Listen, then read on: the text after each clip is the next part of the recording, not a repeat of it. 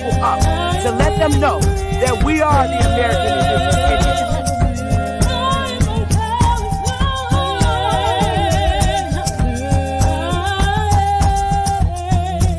Baby. Copper color Indians, baby.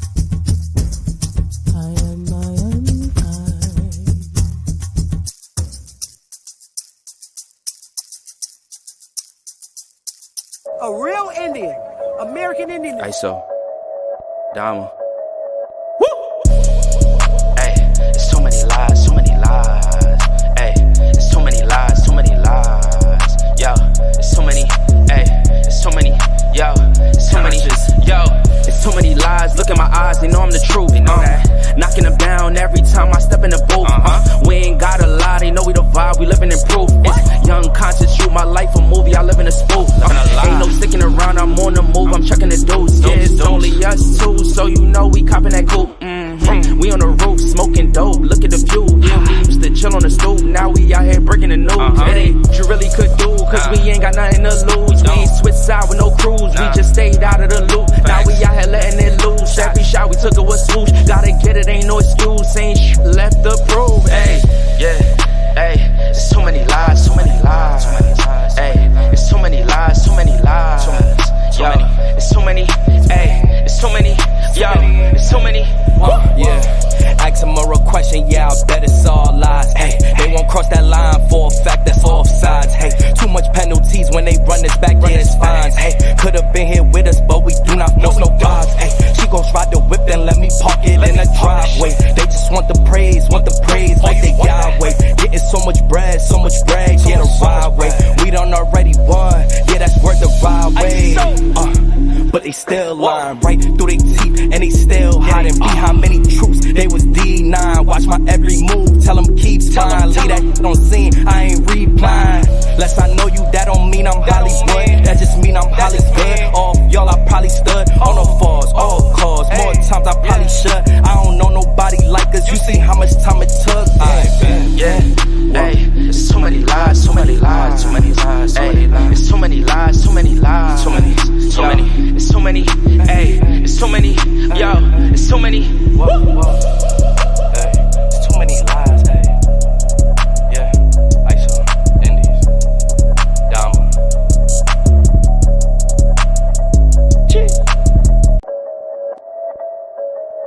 ISO, Dama. So many lies, so many lies. Hey, there's so many lies, so many lies. Yo, there's so many.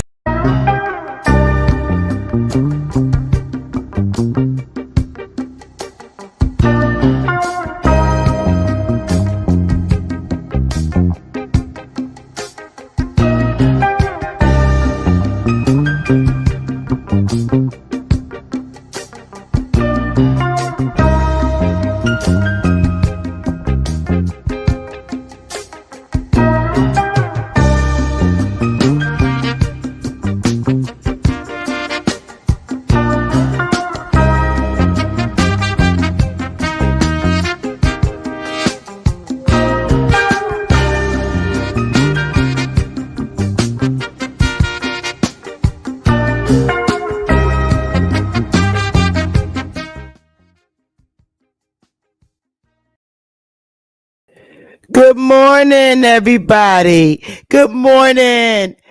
Love y'all so much. So this is going to be a blast from the past. I'm just going to play the entire video and listen in as well. Today at 3:00 Eastern, I'm going to be interviewing a president pro tem city councilman from Bridgeport. And he was a former senator, representative, and senator. So he'll be on with me at 3:00. His name is Ernest Newton.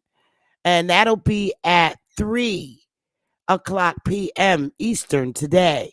You'll see the link for later. But I'm going to go ahead and not hold it up any longer and share this classic of this still existing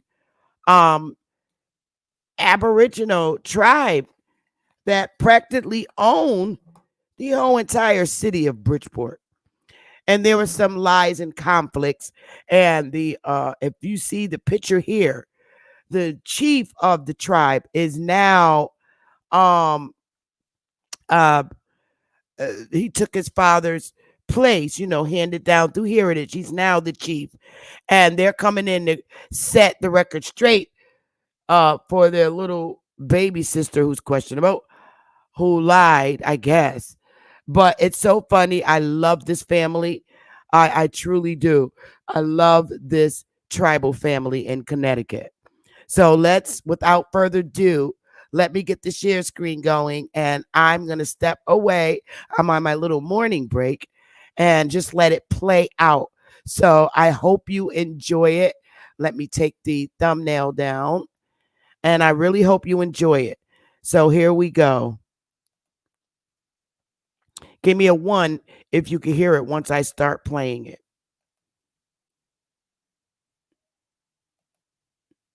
Here we go.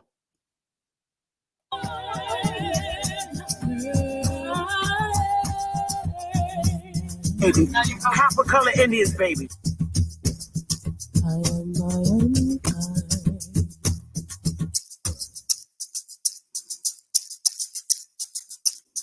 Great. A real Indian, American Indian, is me, not from Africa. Remember that.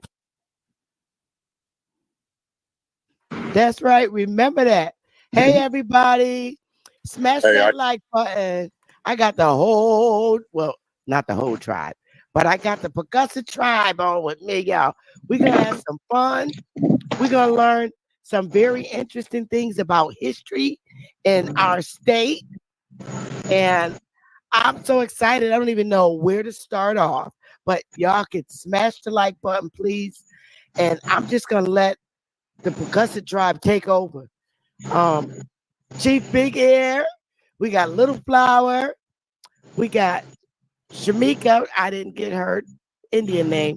We got Shining Star, and we got Little Piper Aurelius. I didn't get his name, his Indian name. And we got Charles Privilege. I just destroyed his name, and he gonna correct me.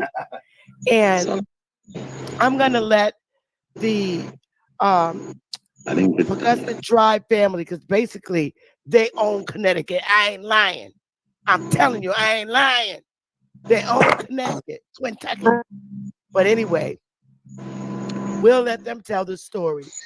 I'm going to start off with letting them introduce themselves first, starting with Chief Bear Eagle. But before I do, I want to get their dad's picture put up, because he's a baller, man.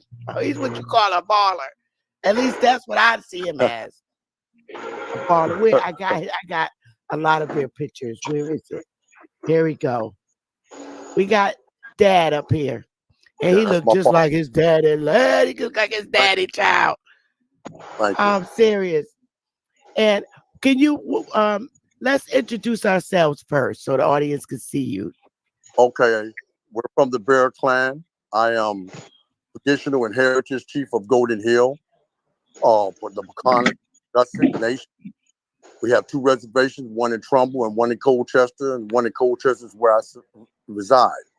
And my father is Chief Big Eagle. I'm his eldest son. And I am the newly elected traditional and heritage chief of this tribe. Okay. And just for our eyes, this gentleman. That's my brother, Quiet Hawk. Chief Quiet Hawk. Okay. And this gentleman. That's my brother, Moonface Bear. He was war chief. He sure is a war chief.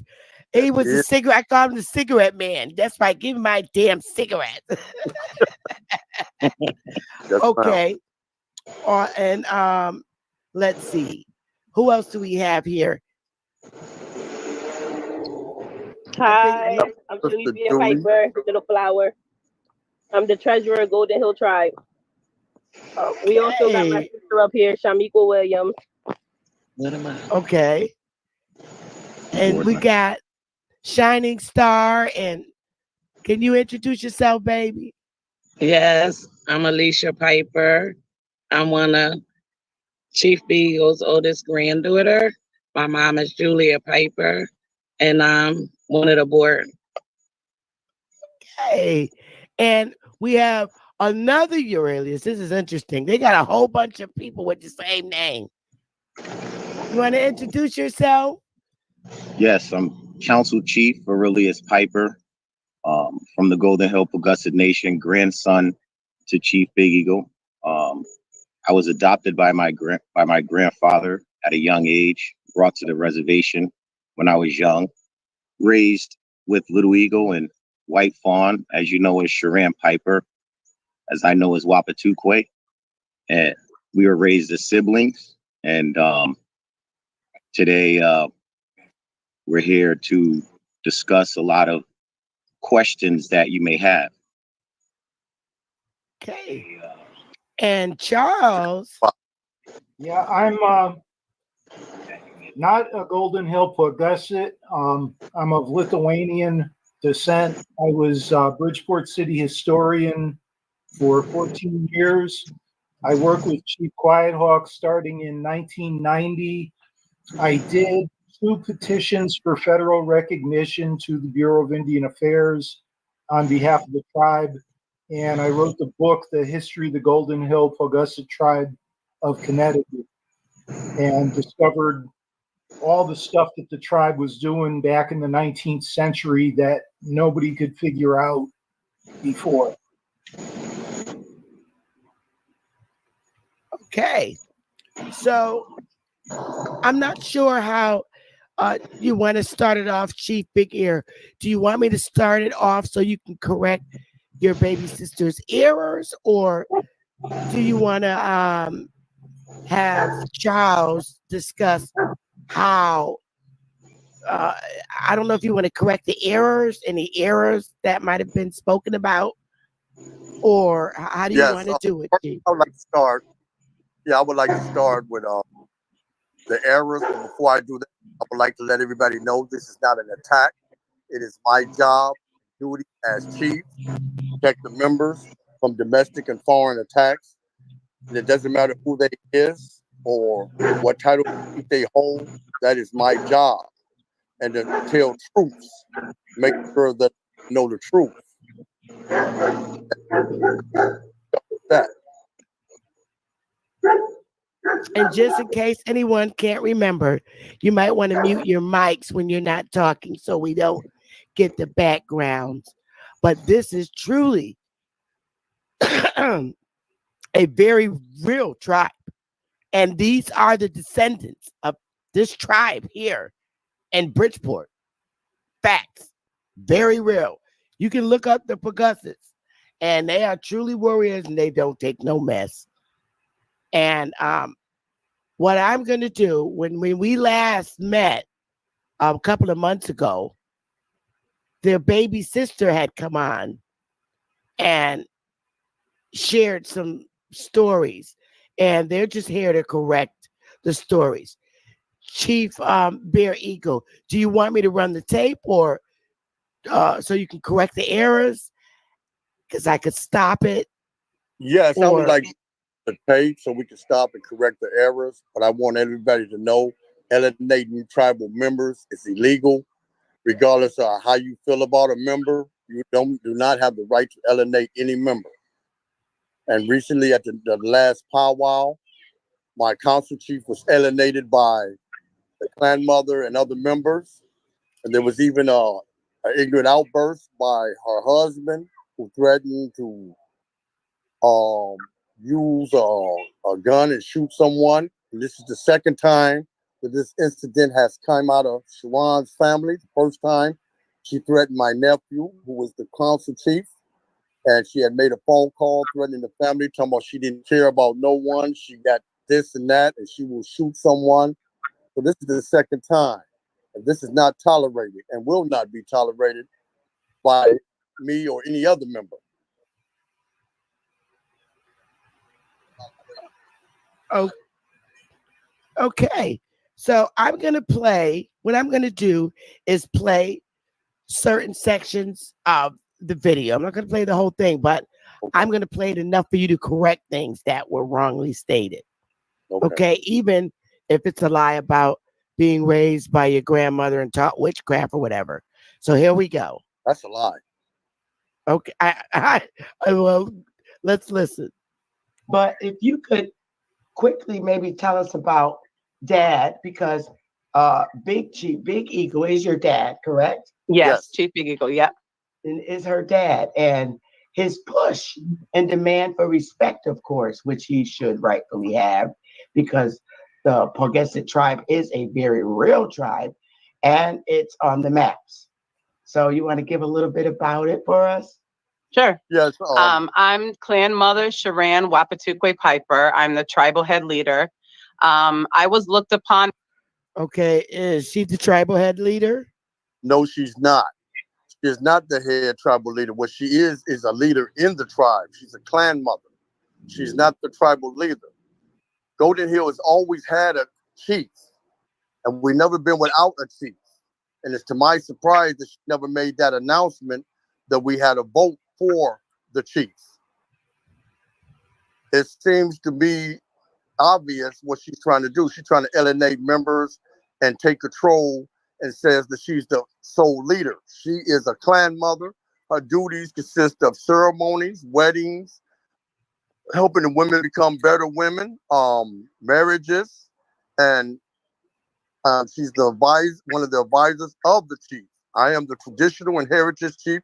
I am chief of chiefs like my brother and my father. So she's not the leader of the tribe. She's a leader in the tribe. All right now, Chief. Honor and salute to you. Thank you. All day, all day. Okay, let's listen on. In grammar school by my grandmother, Chief Rising Star.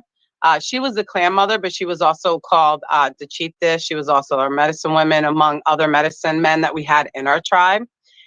Besides my father and her appointing my father chief, and he was also medicine man. Okay, would you like to correct that, Chief Bear? First of all, he's misstating, because Rising Star took the head of chiefstress to save the bloodline of the family, because she was married to my father's father, who was chief. And she held the rightful next leader when my grandfather passed. So she took the role of chiefstress. And when my father became of age, that's when she named him chief by right and blood right. That's our heritage and tradition. So she stepped back and became clan mother. She cannot hold two titles, chiefstress and clan mother, at the same time. So that is not true. You must understand that our family bloodline was at stake. So that's why she became chiefstress. And once my father became of age, she named him chief and stepped back, and so she had groomed him into whatever and advised him.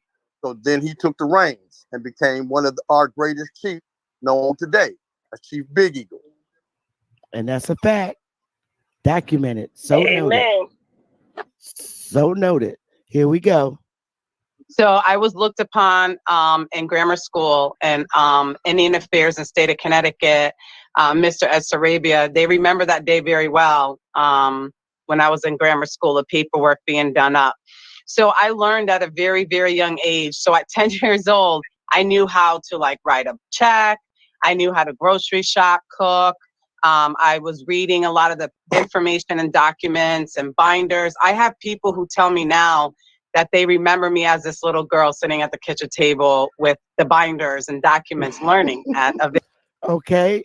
Does anybody care to step in and correct some of this? Well, I think we might all speak on this one. First of all, you can take turns. When Ron met my grandmother had full Alzheimer's. She was no longer the capable of making the decisions, and no clan mother would pick a child at that age to be a clan mother. She's sick, like she just said. She's 6 years old. She's in grade school, 10. She's still, so she make herself come off like she's a genius. She's not. No respectable clan mother, especially my grandmother, would not name her no clan mother at that time. Plus, you have older women like my sister Julie and my Aunt Bootsy and them. I mean, Yeah, why would she you got skip over them? she skipped over a lot, just like you yourself didn't even know I was No, her I was brother thinking, or knew she had a little brother. She yeah, alienated members to make herself seem larger than life, even though she wrote is a lie. You know, my grandmother ain't never teach her no witchcraft, and that's a frown on my grandmother's name. And any member who been around my grandmother will tell you that she did not know my grandmother like she's trying to tell you. Yes, she's googling and reading a lot of books, and right, the family books from my brother. She quiet. You know, she's very disrespectful by saying all the chiefs are under her. No rightful just clan mother would make that statement in public or not in public. She's trying to belittle everybody else and make herself larger than life. And I think either wow. Charles or Alicia or anybody can speak on that matter as far as my grandmother. I was raised with my grandmother and my father. I was over there, so I know. My grandmother had full-blown Alzheimer's. So what could she teach you at 10, 8, and 6 if she had Alzheimer's? Wow. What could she teach you? What witchcraft could she show Wow. you? So I'm just here to keep it real. You know, I don't like people talking about my people in such a way that it alienates. My grandmother and my father and my brother was great chiefs. She was a great clan mother. You know, she was a great mother. And to be disrespectful in that tone, and you notice, Sharon did not come out with none of this until after my father and my brother Quiet Hawk was dead. And each member sitting here tell you that she used to run to the meeting talking about what Quiet Hawk said. And if you was truly the leader, you wouldn't be talking about what Quiet Hawk said. It would be about what you said. You know, and I know Wow. my brother told her never to speak of the tribe ever again. So she said mistaken or something's wrong. I'm before her. Remember this. I lived this life.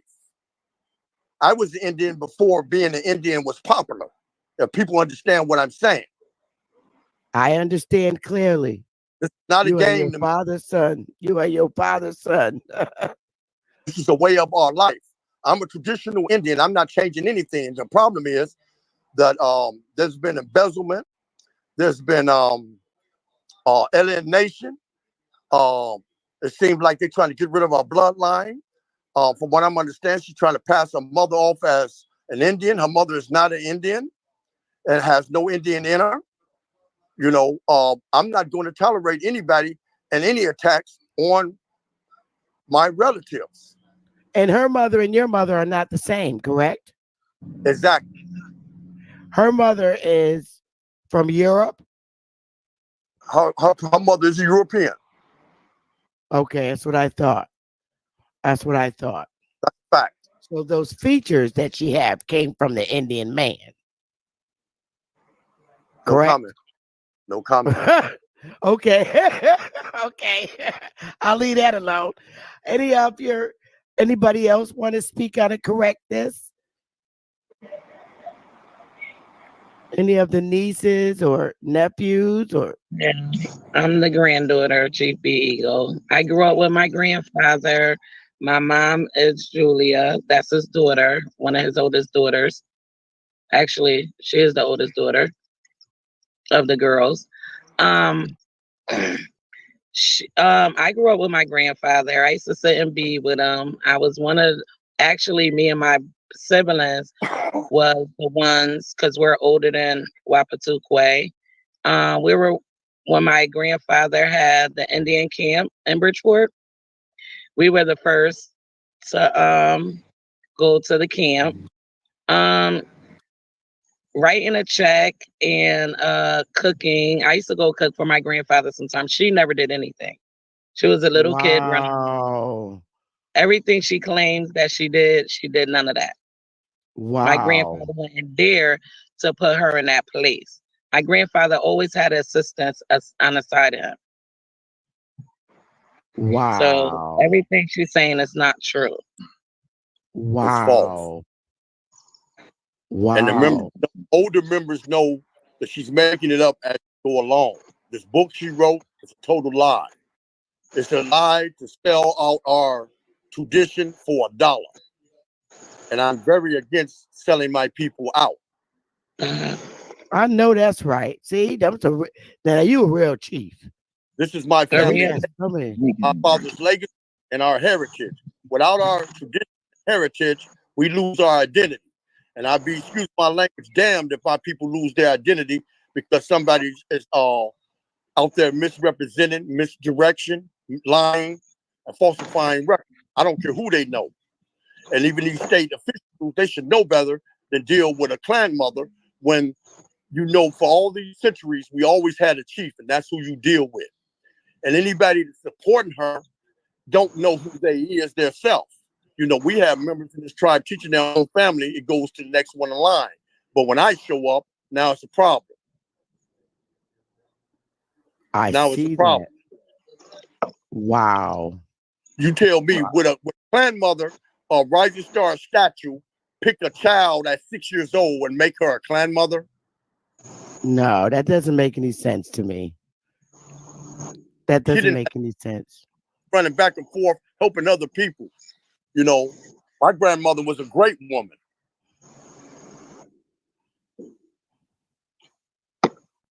Hello. Your voice is going in and out, Chief Bear. I'm sorry. Hi. Can I say something? Certainly. Okay. So my name, as I said earlier, is Aurelius Piper, the grandson. Let Now, me stop the share screen so I can see you. Okay. so I see you now. okay, so I was brought to the reservation at a young age. You know, I was born in Bridgeport, Connecticut, raised in Father Panic Village, Marina, Greens. You know, it was really rough, you know, back then in the 80s. Yeah. So, you know, they brought me, so I was taken to the reservation where I was shown a new life, you know. I never knew who I was or where I came from, but I did recognize the people that were there. You know, I remember loving them and everything. And the first thing I learned when I got there was how to be like this, exactly what you see here. And, you know, so I always wanted to learn more about my tribe as I was growing up because, you know, all I seen was my grandfather. And then I knew I looked different. And I'm all the way out there in the middle of Trumbull. And it was, you know, it was rough trying to find an identity. And as I grew up, he brought me to Maine when I was 14, and he basically groomed me in a lot of ways, learned a lot about survival. And that was during a time when we were going through the BIA, fighting for federal recognition. So he would often like show me some of the books and I would try to understand at that time, you know, and never really thought too much of it until I wanted to see my mother again. So when I became 18, she was in Colchester on a reservation. My uncle had basically saved her life, Moonface Bear, and you know, and reunited me with her. And once again, I was whole. And then I got to see my sister and all the people you see here today.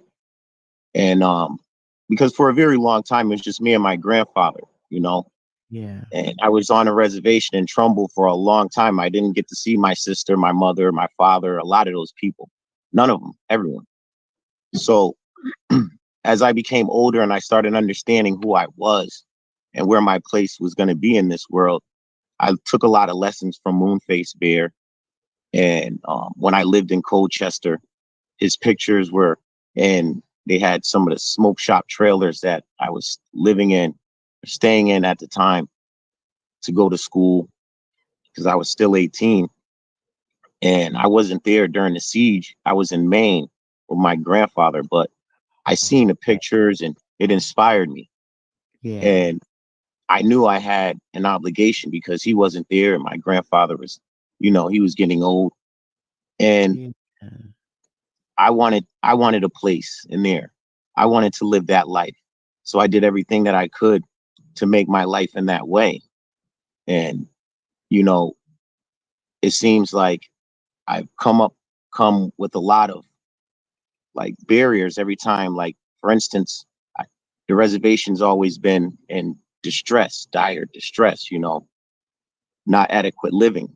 So I wrote a proposal and I contacted Deep, and they said they would see what they could do. And they did. I wrote a proposal for the community center. It was, you know, very detailed, and, you know, never really got much support from, you know, I hate to say it, but, you know, I didn't get the support from where I looked to get the support from. And, you know, it was very troubling, you know, and now that we do have it, I still to this day don't get any credit, no thank you, or no appreciate nothing towards that. If anything, it's on a hush, or you didn't do it, or, you know, even though I have all the emails, everything, like everything's in black and white from birth, you know, and it's like, I don't really get much of a say in a lot of things, and, you know, and I don't really understand why. So basically, he's saying all his ideas, WAP take and make for the tribe as her own. Wow. And it hurts me to have to come out here and say this, but this is the only way we can get any kind of recognition, because as you know, it's been hard enough for our tribe to get recognition as who we are. And I've read the BIA findings, and I would like to thank Charles for the work that he's put forth, because that's what I've studied to get myself educated to know everything that I know, same off of Samuel Orchid. And, you know, so it's not right. You know, it's very important because the BIA is reporting everything that's going on. You know what I mean? They're going to be probably reporting this, and they're going to, you know, they're going to see that we are active. We are a community. We are still fighting for who we, you know, for who we are. And, Right. you know, no matter what. Community. And this is the problem I'm having. We should have houses, business, animals, gardening. This is the only reservation I've ever been to in my life. There's not one garden. There's not even growing one tomato. You know, I'm not here for to check a bag or quick schemes. We should have a farm up there where we can produce our own food, grow our own stuff. This is what I'm talking about. And they've been in charge forever, however long, and I see nothing. When my father and my brother was alive, with Moon, see, I stayed also in trouble with Moon, his wife, and my father. And then my father brought me to Colchester. I even got paperwork that states that is my residence that they don't know I have, even to today's date. These reservations were striving, trying to succeed and do better. Now there's nothing, you know. And what he's saying is true. There is no community. So, you know, I congratulate him for writing the grant for the community center. But as chief, I see that we need a community. And this is what they stand away from. The alienate members who want to move up there. When I came, they said no one wanted to move on Colchester. I have 6 to 8 families right now. If you put a home there, they would move there right now. Instead of putting in water and electric, they're working on this. And I think the community should have came first, because we have a community. We have respectable people, and they're not utilizing the talents within. They always want to seek talents without.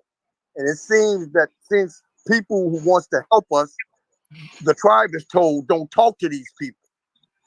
Why not? Wow. This person want to help us get homes. Why wouldn't you want to talk to them? All you had to do was fill out a form, but you chose not to.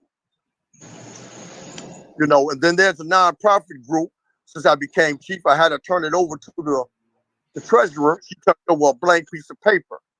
Anyone, and I'm going to say this loud and clear, anyone who's been making that money off of Golden Hill and not putting in the percentage in the treasurer, that is embezzlement.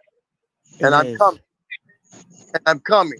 You can't sell nothing under Golden Hill's name and not put a percentage in that treasurer. Our treasurer is blank, empty, dry. and I And I'm the Wow. treasurer, and I'm the treasurer. So I ain't. And I Wow. would like to know And I went to as WAP to go donate. get the folder. I went to WAP House to go get the folder. She also gave me these beads, and she gave me a folder that was empty. No Wow. records, no nothing. Everything that I was supposed to pick up, all the paperwork, she didn't give me nothing. She gave me an empty binder. She didn't want to turn Yes. things over to And you. what's She don't want to turn. She hasn't. I asked her. She don't want to asked, I'm know the who treasurer, donated. so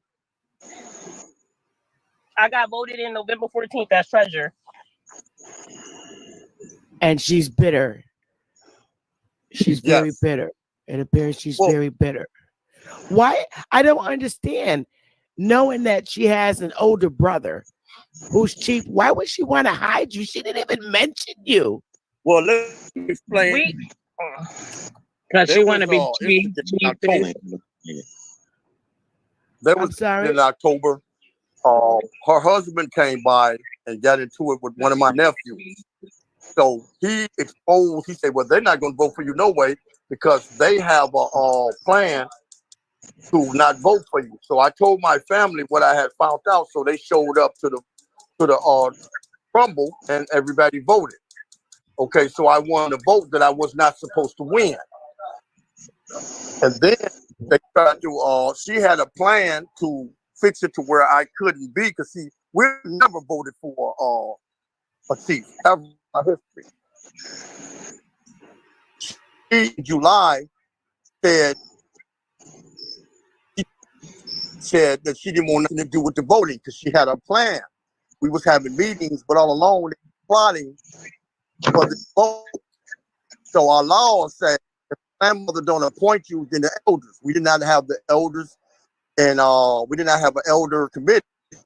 So the tribe voted, the people voted. So after the vote, they had 3 recounts, and the count stands as it is. And if you look on and at the paperwork, it says district chief, not she's trying to play me like I'm radio. I'm not radio. Wait, let me tap in right quick. I had to run outside real quick. I was the one who did all the tallying for the votes too. Okay. So it was.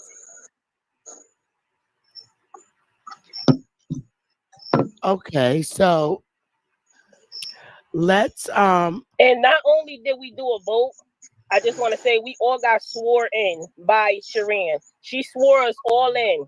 She swore everybody that was on the council in. She swore our chief in. She swore him in. Bob.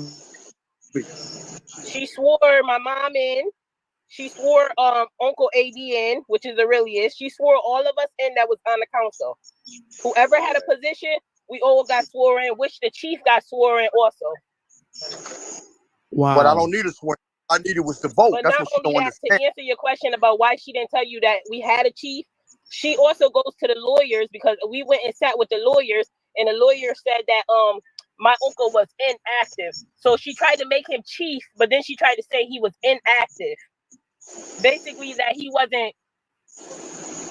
He's not to be taken like care of the tribe. But as you speaking to him now, how do you feel about him? He sound like his father to me. He sounds like he's active to me too. He sound like his father. It's one and the same to me. Well, she's very knowledgeable in this tribe. My nephew would tell you that because he grilled me like he was the FBI before I got here and when I got here. So he know I'm very knowledgeable in the tribe and in business affairs. I was taught by Rising Star and my father, Russell Means, Haney's, the Banks, the Billicoits. I've been around all these people. Like I said, I was here before them. So they try to play me like I'm radio, but I'm no radio. And my tradition and heritage is very important to me. I know that's right. You know, and this is why I'm speaking out, because to me, like she's pulling a Bernie Madoff. You know. I noticed. Okay, let's play a little bit more of this. I have some concerns that I wanted to ask, and I in order for me to get you to see what I mean, let's watch this a little bit. Very young age. I was raised at my father's knee.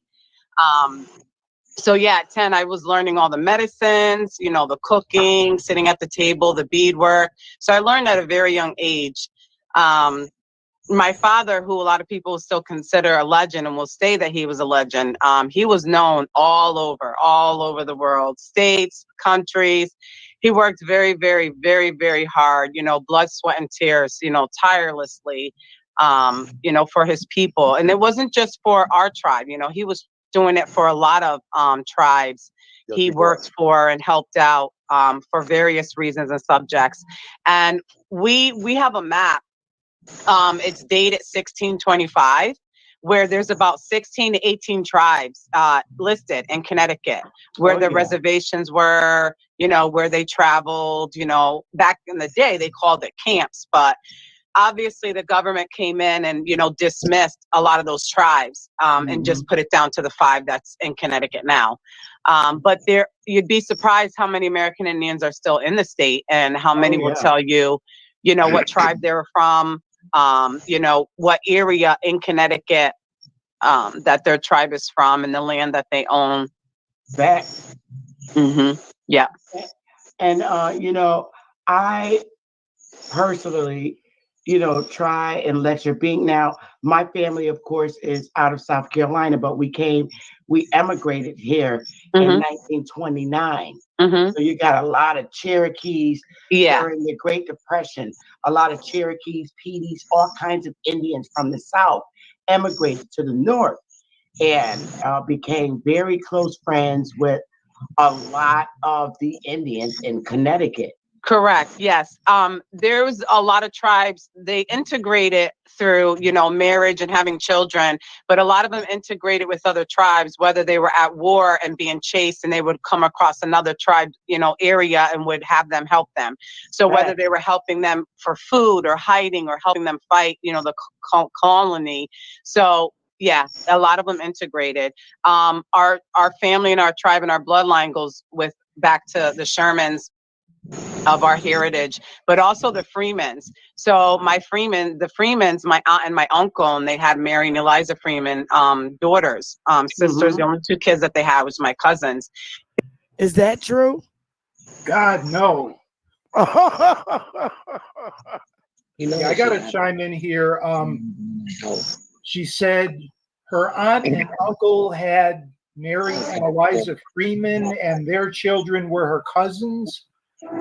Mary and Eliza Freeman were born in 1805 and 1815.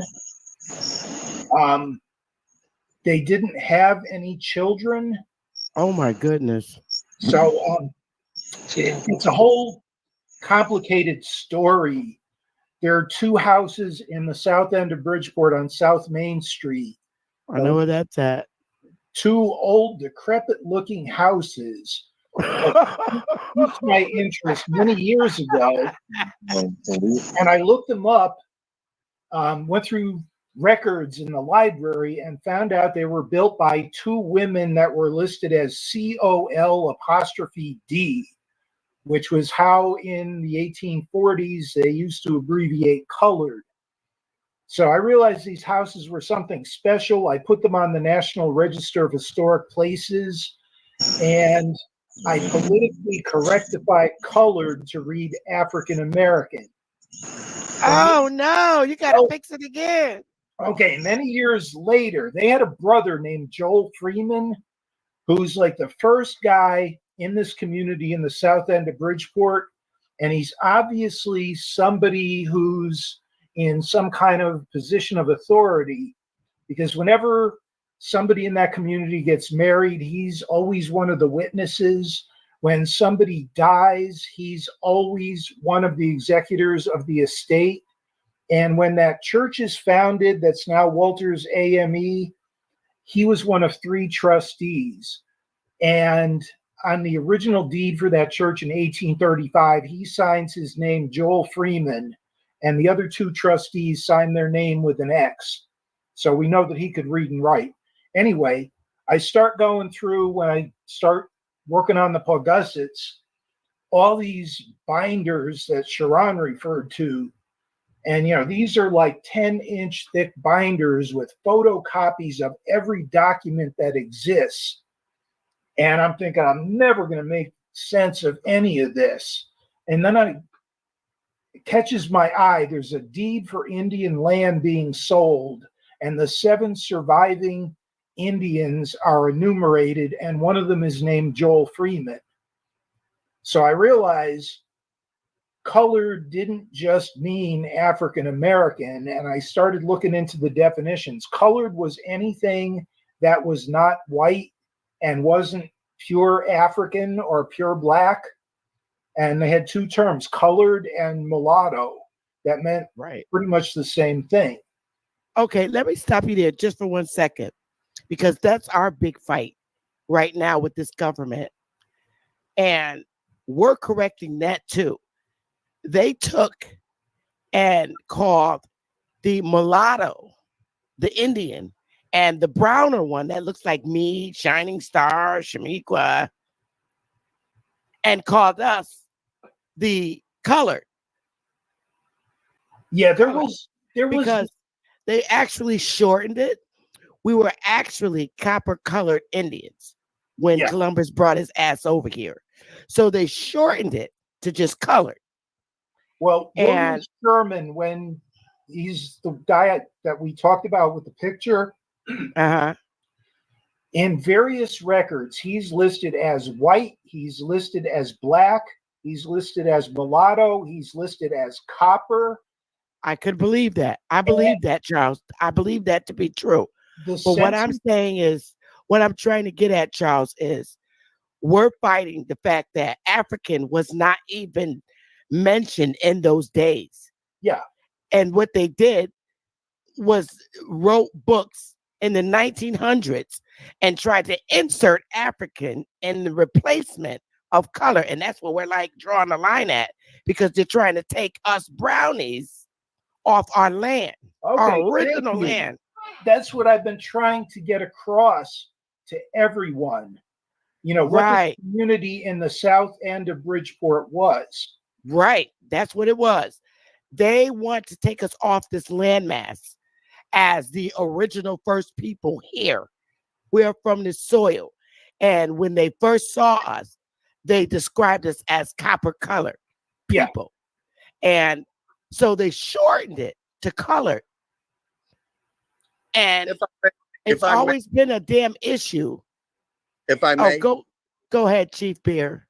The problem is with white America is, see, I don't know if they know the truth. See, the people that were shipped over here, their king kicked them out of the jails, the streets. They was the scum of England. They wasn't the best. Now, Columbus was not a rocket scientist. Real person. He thought he landed in India, so that's why they call us Indians. I am not an Indian. I am a Native American, which means I am the original owner of this land. They don't want to call you a Native. They want you to be, how did Malcolm X put it? They hoodwinked you.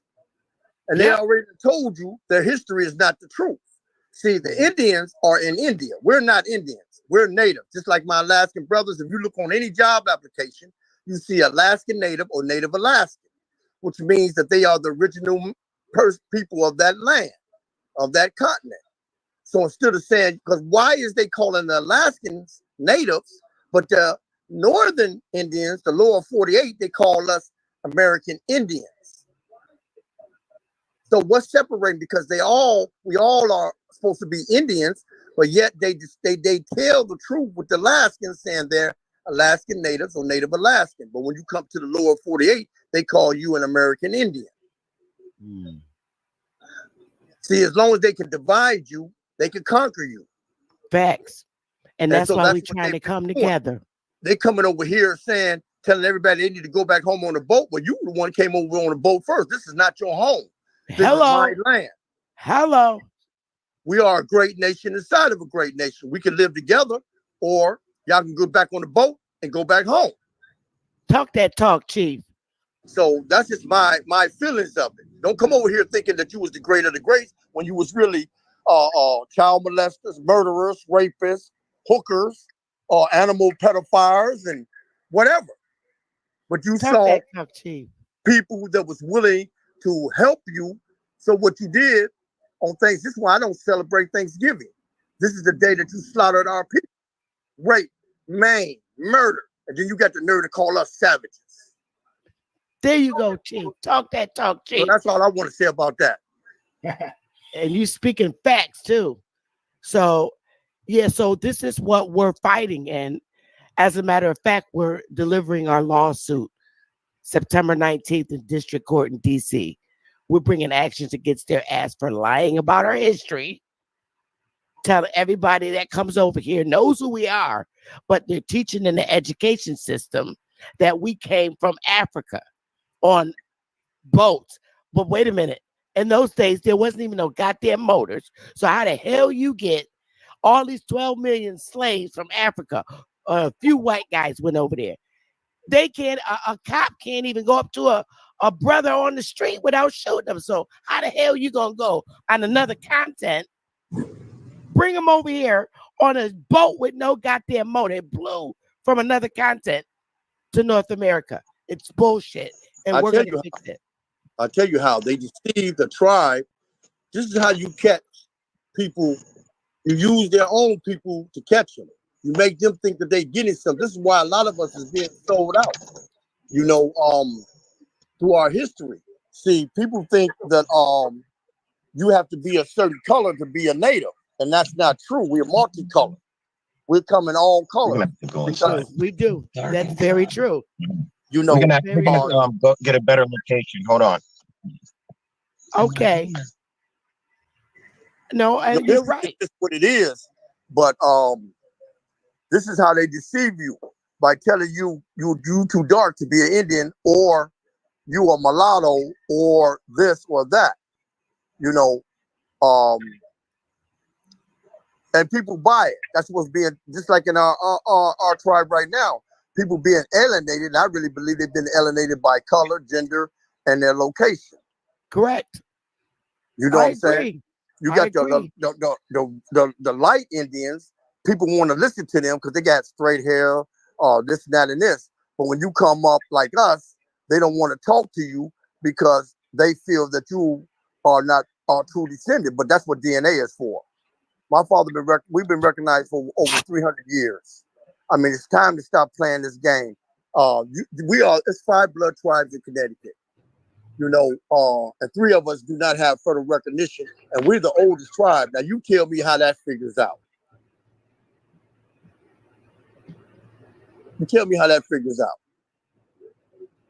And my father been recognized worldwide, but now you don't want to recognize his siblings. Yeah, it's crazy. We proved everything to the BIA with our petition for federal recognition.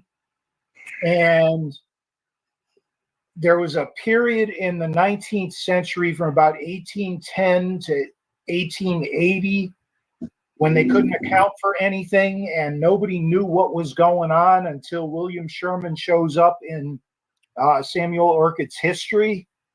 And I found the whole thing based on that Joel Freeman in the community in the south end of Bridgeport. They did exactly what everybody else in America was doing. They went into the cities. They became entrepreneurs. They made money. Mary Freeman, Paugussett Indian, was the second wealthiest person in the city of Bridgeport after P.T. Barnum. She had more money than any of the factory owners. She was, a multimillionaire. She made money being a chef in hotels in New York City in the 1840s. And she parlayed that. She invested in real estate. And the Bureau of Indian Affairs wants everybody to be living out in the woods and trapping beavers and dancing around campfires. This whole thing of they're living in cities and they're living in the white man's world and beating him at his own game. They said that doesn't compute, and we're not going to recognize you. And to top it all off, after I proved all this stuff, Joel Freeman was just the thread that showed me where to look. And I'm finding like William Sherman's father had a boatyard on Joel Freeman's property, and all these other Indians from all over Southbury, Newtown, Reading, Milford, all these different towns are moving to the South End community and becoming very well-to-do. And they said, we have documentation in the Library of Congress that proves that the Freemans were African American. And that proof in the Library of Congress was my National Register report, where I politically correctified colored to African American. And they had to know I was the one person on this earth who knew what a crock that was. And an outrage. Facts. They're So the ones who they took the damn land from. Out, even though we proved everything that you have to prove. It's a hijack. This government. On the plus side, the Freeman houses are now being restored as historical museums. And my book is out there. I did that petition for federal recognition, and it was sitting there in a box. And Chief Quiethawk said to me, you ever think of just putting that into a book? And I did, and I don't know how many thousand copies are out there, but the tribe's story is out there for anybody in America to read. And a lot of people have, and they understand that this tribe is completely legitimate. It's the one tribe in all of Connecticut, if not in all of New England, that can trace its leadership in an unbroken line all the way back to first contact in the year of 1639. I saw that. We know who every single chief was, when they ruled, how the transition was made, and that information is lost for every other New England tribe that I know of. Oh, definitely. And they made sure. Wow, thank you for that history. Charles, could you elaborate on how someone becomes chief and why? There is a ruling family, descendants of the original chief back in 1630. Well, not the original chief, but the original recorded chief. And they lived on Golden Hill. And when every other tribal member was moving out to the woods away from the white man, they stayed on Golden Hill. They clung to that piece of territory. And they had a white overseer who started out like he was going to be the defender of the tribe and went to speak on their behalf up in Hartford. Oh, and God. Then what happened was he gave them a bill for his services for a ton of money, like $2,500 back at a time when, a dollar was worth like $100 today. They couldn't pay, and he says, well, you're going to have to sell off the land. And the last 12 acres of the Golden Hill Reservation, which is where the Poli Palace and Majestic Theaters are, Bridgeport City Hall, Bridgeport Police Headquarters, and all the way down to the Cardinal Sheehan Center. Yeah, to pay his expenses. Wow. And there were, being Indian overseer was always something of a political plum for lawyer friends of the politicians who were in control. And there were some real amazingly bad overseers. The very last overseer, he was the founder of the Fairfield County Historical Society. He was a big-time lawyer, very well known in the community, overseer for the Indians. And he dies, I think it was in 1897. And the newspaper has a front page headline, "Pillar of the Community Dies." And then like a few days later, there's discrepancies found in this guy's accounts. And then it turns out everybody who he was a trustee for, and, not just the Indians, but a lot of everybody else in the community, he just absconded with all their money. He gambled it away. And there was like Staples Academy in Easton, they just had to close their doors because he took all their money. And the Golden Hill tribe, all the money from the sale of land that was supposed to be invested for their behalf, poof, gone in a flash. Wow. And nothing was ever done about it. And just one little note, in 1935, the last overseer died in 1897. And since that time, the tribe has managed their own affairs. But, this is a continual story of lands being sold off. There was 19 and a half acres bought for the tribe in 1842, right across the road from their present reservation in Trumbull. And 11 years later, the overseer sold it off, put the money in his own pocket, and that money was never seen again. That pretty much happened to a lot of the tribes, especially in the South. Family members who were not honest sold land and didn't tell the family. Next thing you know, they was getting pushed off the goddamn land. Exactly. Well, William Sherman was a whaling ship first mate and traveled around the world 6 times on whaling ships and saved all his money. And one incredible thing is he left a diary from the time he left the whaling ships up until the day he died in 1886. So we know everything he was doing, and it was very, very important for him to get that land base back. And he bought a little scrap of land in Trumbull and deeded that to the state of Connecticut in trust for the Golden Hill Paugussett tribe. And then the BIA tried to say, well, there's no proof that he's an Indian. He's in every history book that was written during his lifetime as the chief of the Golden Hill Indians. I mean, he's all over the place. When he dies, his obituary is the size of something they would have printed for a bank president or CEO of a big factory. It's a whole thing on the front page of the paper, all about him being a Golden Hill Indian and getting that reservation reestablished. And the BIA tried to say, that's not proof that he's an Indian. We need a birth certificate that states that he's an Indian. He's born in the year 1825. They didn't make birth certificates in those days. Exactly. Birth certificates started in New York City in the 1900s. And they spread to smaller cities by the 1890s and country towns. My mother was born in Trumbull in 1911. She never had a birth certificate. Yeah. So they're saying, gotta find us a birth certificate or no recognition.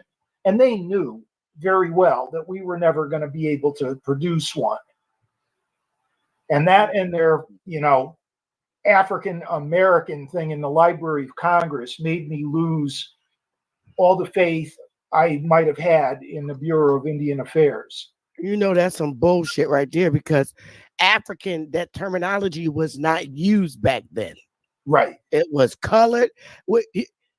Something's wrong, because we're the only people in the world with 5 goddamn different racial identities. Oh, more than 1 minute we're Indians, colored, mulatto, black, and Jesse Jack, African American, didn't come into play until Jesse Jackson ass came up. He came up with that terminology. Yes. In 1988, I got the damn document. So that's bullshit. These people have been hiding our history for years. And they indoctrinated us in school and their public school systems to try and change our history. But they lied and said we came here on ships, and they're the ones that came on the goddamn ship. What you don't understand at our history, because if they hide our history, You're breaking up, Chief Beer.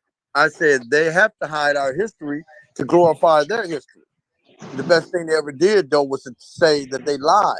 So what you learned in school and graduated and got your license and all that, do you really deserve that? Because you don't know your history. Facts. You only know what you've been told, and you've been told now that that history is a lie. So now, Correct. I mean, where do we come in? You understand what I'm saying? Yeah. We are the original people of the land, should be respected as such. We should not have to go ask no white man for no federal recognition when Correct. we are the leading people. Like Fact. our father recognized worldwide, y'all recognize him as chief of chiefs, just like you did my brother. But now when it come up to pay off, now you got a problem. Now you got to put this up and that up to try to stop us. So you wronged us. And you don't want the world to know. Nope, they don't want the world to know. They want to keep it hidden, but it's too late now. First, clean up your own backyard before you go try to take care of somebody else's. See, we the only race that never turned got domesticated by the white man. We kept our tradition and our heritage. Yes, and that's you what I'm did. trying to serve. Without this, we're nothing. We keep it. We know who we are. You know, and this is why I'm on this show, because I feel like this, you know, a lot of should be taught to the young ones. But when you're out and you're only looking out for yourself and your gain, then you're hurting us. Yes. You understand? See, me, I fish, I hunt, I trap. I'm an outdoorsman. I love it. I eat rabbit, squirrel, whatever I can get my hands on, I get them. I'm a traditional Indian. You know, I'm not saying that everybody has to live that life, but know who you is. Don't run up there and let somebody tell you who you is. Know who you is. You know, how can you guide somebody with a bunch of myths? I'm guiding them with what I've learned, what I've been through. You know, and I'm a tribal elder. You know, and this is my family legacy along with my father. It's a great honor to represent my people. I'm not out for me. I'm out for we, us. Right. That's right. Where other people's out for themselves. Facts. And they have proved it over and over. Just look at how long they've been in charge. Nothing's happened. You know, they making phone calls, and then the white man run along with it because they don't want me in charge because they know they can't BS me. That's right. You know, you can't slap me. I got to. You know, I'm trying to unite my family, whether it's a Smith or Johnson or Jackson. And that's another thing. We got people in our tribe that are not even tribal members talking about voting on tribal members. You're not even a tribe. You're not.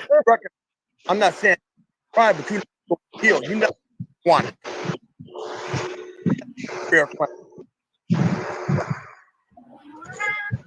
And they passed them off as their tribal members, even when the government told them they're not tribal members.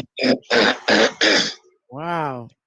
And my thing is, excuse my language, how the fuck are you a foreigner coming over here telling me who I am? No, that shit don't fly with me. And it's not. You're going to correct our education history. This is my demand. This is my lawsuit. You're going to tell the truth. Because I'm not telling this lie to my grandsons. And that's what it's about. No way. It's how about can you telling raise the your goddamn kids? truth.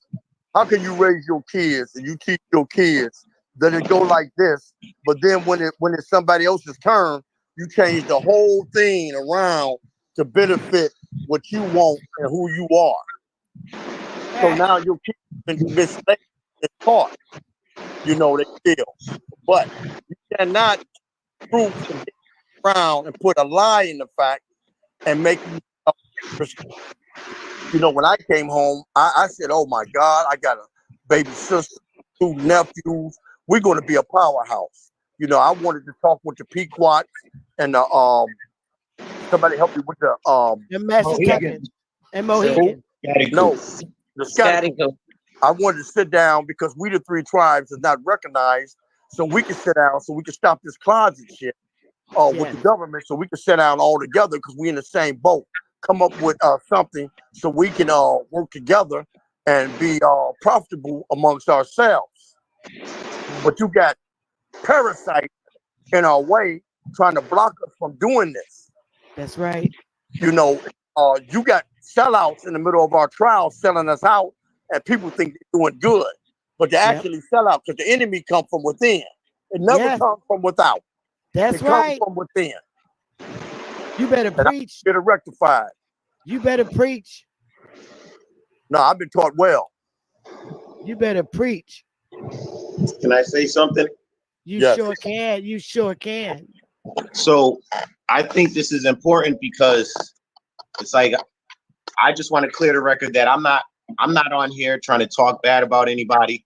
We're just trying to bring some type of clarification on our tribe. And I know a lot of people have questions about who we are, who's in charge, what's going on, because we get questioned every day.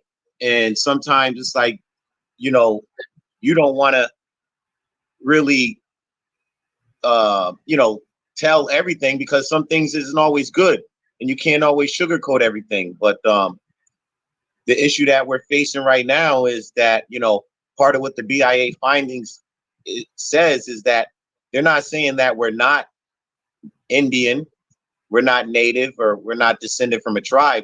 They're saying that we're not governing ourselves in that way.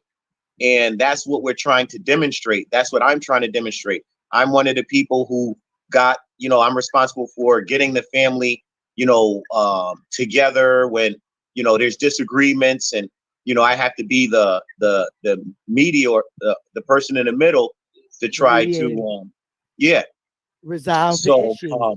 So it's like, if you remove me out of there, now you have a split. You know what I mean? So I work hard to try to keep that image of, that everything is on an up and up. We're doing good. Let's come together and let's do something. But it's always a battle. And I'm always like, getting what they call blackballed everywhere I go. They don't want to talk to us, or, they're hesitant. And this is our right. You know what I mean? It's like, my grandfather adopted me as his son. My birth certificate has his name as my father. When he died, he put me in his will, Wapatukwe, Little Eagle, and I, to split 33% of, his personal possessions and things like that. And that's where our relationship started to sour. Like, I hate to be saying this out in public, but it's like, I try to communicate with her. She doesn't want to talk to me. I try to get other people to get in the middle to resolve this. No one, there's, I got nowhere left to go. Well, I could say this as chief of my tribe. You got to keep it moving, because as the records stand, you don't need her. That's what I'm trying to tell you. That's what I'm trying to tell everybody. You have your government form. You're not hurting her at all. Either she's going to roll with the family or roll her ass out. You got to keep moving. You can't keep waiting on people. We're not going to lie. I'm not going to live a lie. I'm not going to tell a lie. I'm not going to lie and told. I will not lie. I don't care who you are or who you think you are. You're not going to lie on my family, my history. I don't care. That's right. My loyalty is to the quantity of Golden Hill. I'm a 24-hour chief. I have a great responsibility to my people. I can't sit here and hold hands and babysit a clown. Now, people upset about how I talk. I'm sorry. But this has been going on too long. I'm not going to live a lie for no one. That's right. You don't have to. If you are alienating members, I'm going to say you are. And if you are a liar, I'm going to say you are. If you walk like a duck, quack like a duck, you a duck. And I'm not in the filling business. I'm in the building business. That's the chief. And it's like, why get mad at me? Because I'm trying to bring us together, and and I'm just faced with this opposition. Where's that coming from? Like, no one never did anything. You gotta let it go. If you spend your days worrying about somebody else's feelings, you're not gonna move to the next step. Oh, the reason why I'm bringing that up is because as the record stands, you're already a formed government. So keep it moving. So here's one of the issues where it comes into play. Let's say, for instance, if we go to a powwow, dignitaries get called up. Now, if she doesn't want our names to get called up, we don't get the proper respect. That's embarrassing. You know what I mean? And then if you try to we try to write grants, or we try to get any type of thing and try to communicate with the state, and they blackball us, we can't grow from that. That's not necessary. So we should be able to have the access and the right all together as a council, not as individuals. You know, we're supposed to be working on it as a tribe. Correct. Well, you have your government form now. What I can offer is I haven't done anything in Connecticut with our tribe. I've been busy in the South because that's where our reservation is in South Carolina. I would love to get together with the Paugussetts because Bridgeport is where I was born. I was born in '66, and I would love to get together and do an event in Bridgeport. You know, we have access to those facilities. We have a right to them. And began doing things in the public in our indigenous attire. I would love to work with you. Yes, I would love to have plan you. something together. Yes. And do something, and I can invite the tribal members to come down to Connecticut for the first time. It's been almost 3 years now, and have them join us, and we start educating our people and our community together. Yes. I think if we do that, that's how you get more recognition.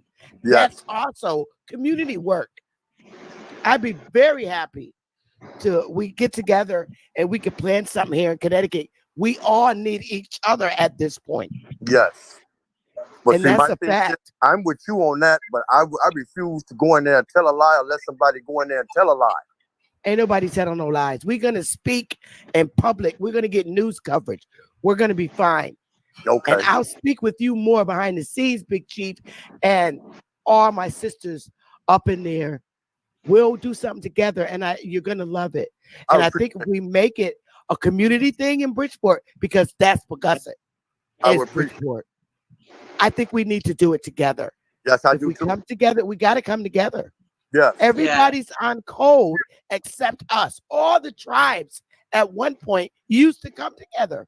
Yes, we did. When my father was around, I remember him being in AIM and AID, and he used to go around and speak and help other tribes. I haven't seen him take money out of his own pocket. My grandmother too. It's all about we are connected, so we should act as one, work together as one. Do not let them separate us, and that's what's going on. And that's what I'm against. You know, people think I'm here to unite tribes. I'm here to get what we got coming. I don't want hunger no more. I don't want homeless people in my tribe. I don't want sick people. Whatever we desire, we can accomplish together.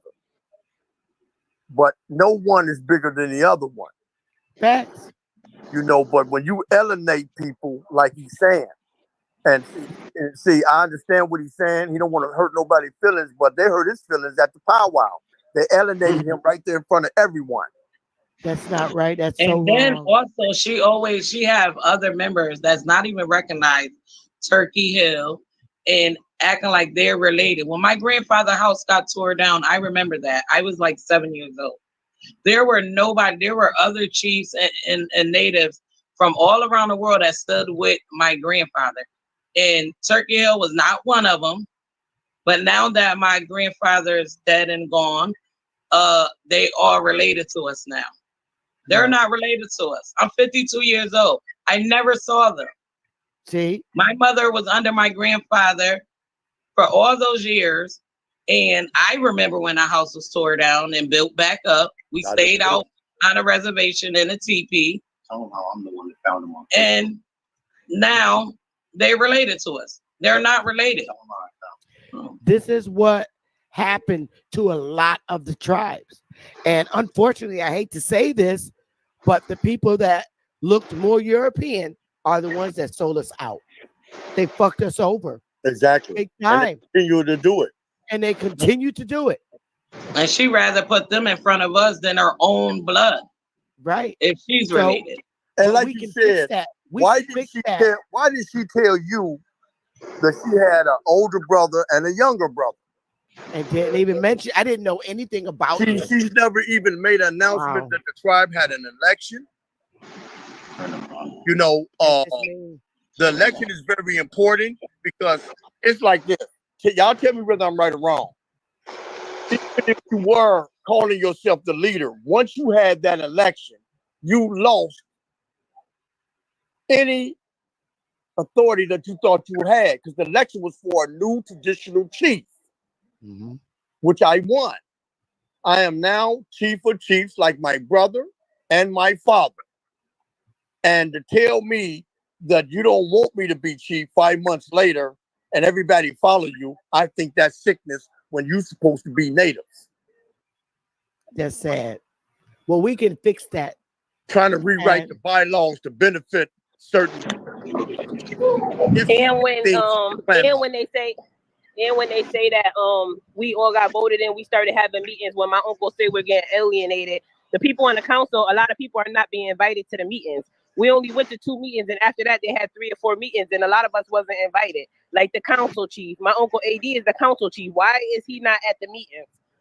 Why am I the treasurer and I'm not at the meetings? Why am I not even being invited to the meetings? Well, behold, this is And what a then lot when of we were tribes having did to us. meetings, they said that chief couldn't be in the meeting. Where is that a chief can't be in the meeting? The bylaw says you have to have the chief there. How Yeah. could you even have a meeting without a chief? The bylaw, hold on, our bylaws say that all decisions must be brought to the chief with the final approval of the council. She trying to take all that out. Oh no, she can't do that. Well, see, this is where you just move on, and she's going to be running a tribe with no members. That's just bottom line. You got to move on and just start living. You know, if you pay attention to her interviews, she said she is the clan mother, the head leader. Now she's claiming she's chiefess, spiritual leader. Well, how many titles? I mean, what should we call her? Queen Connecticut next? And when I asked her that face to face, she couldn't answer. That's disgusting. Well, I told her to pick one. Disgusting is she told me when I first came home, 20 chiefs put your dad as a chief. I said, ain't no tribe in America ever had 20 chiefs. No. So that's when we start having the problem. No. Let's listen to a little bit more. Hi. I wanted to say something. Okay. But I'm not. You can play your video because I'm the one that says stuff and it gets the pot stirred and nobody like it. You can say what you want to say. This is our show. Let's get a DNA test. That ain't his daughter anyway. Okay. I want to. I want a DNA test not to prove who we are, to prove who some of us not. I'm going back on mute, guys. Don't make you a pipe.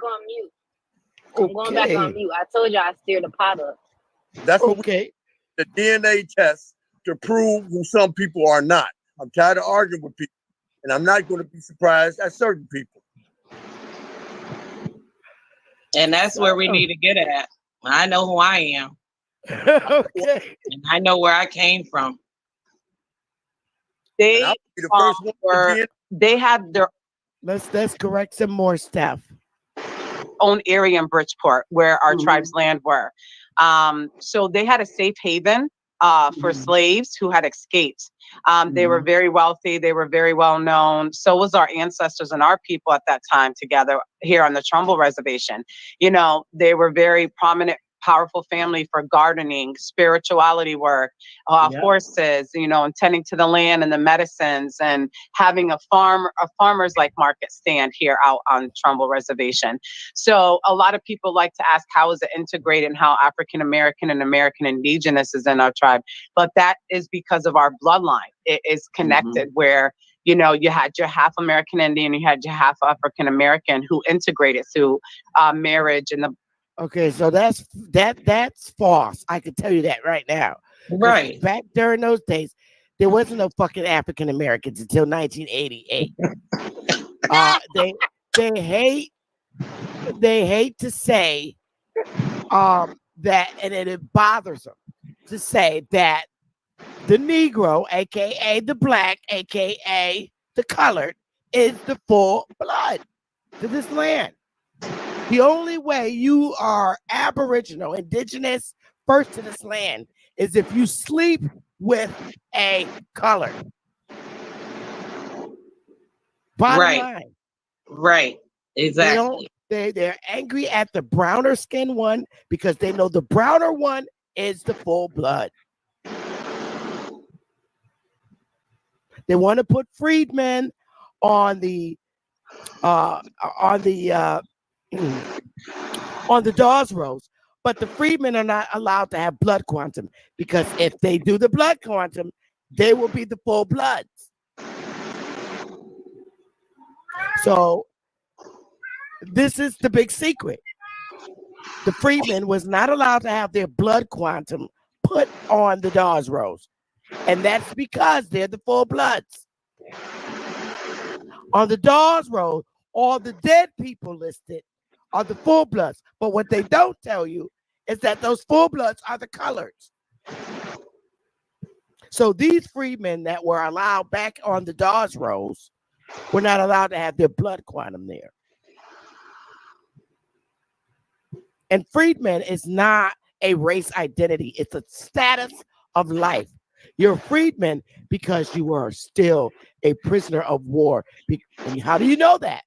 Because you're not in your original power. It's been overtaken by white people claiming to be Indians. What the fuck is a 164th Indian? That means one Negro is on the tree and 64 fucking white people. Get the fuck out of here.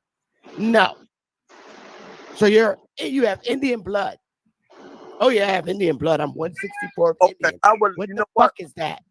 I would like Charles to elaborate on how the chiefs come about and how it's always the next in line. You cannot skip a generation and go to another generation and make a new one. You can't. No, you can't. Charles. No, it's always I never heard my grandfather talk about no freedom.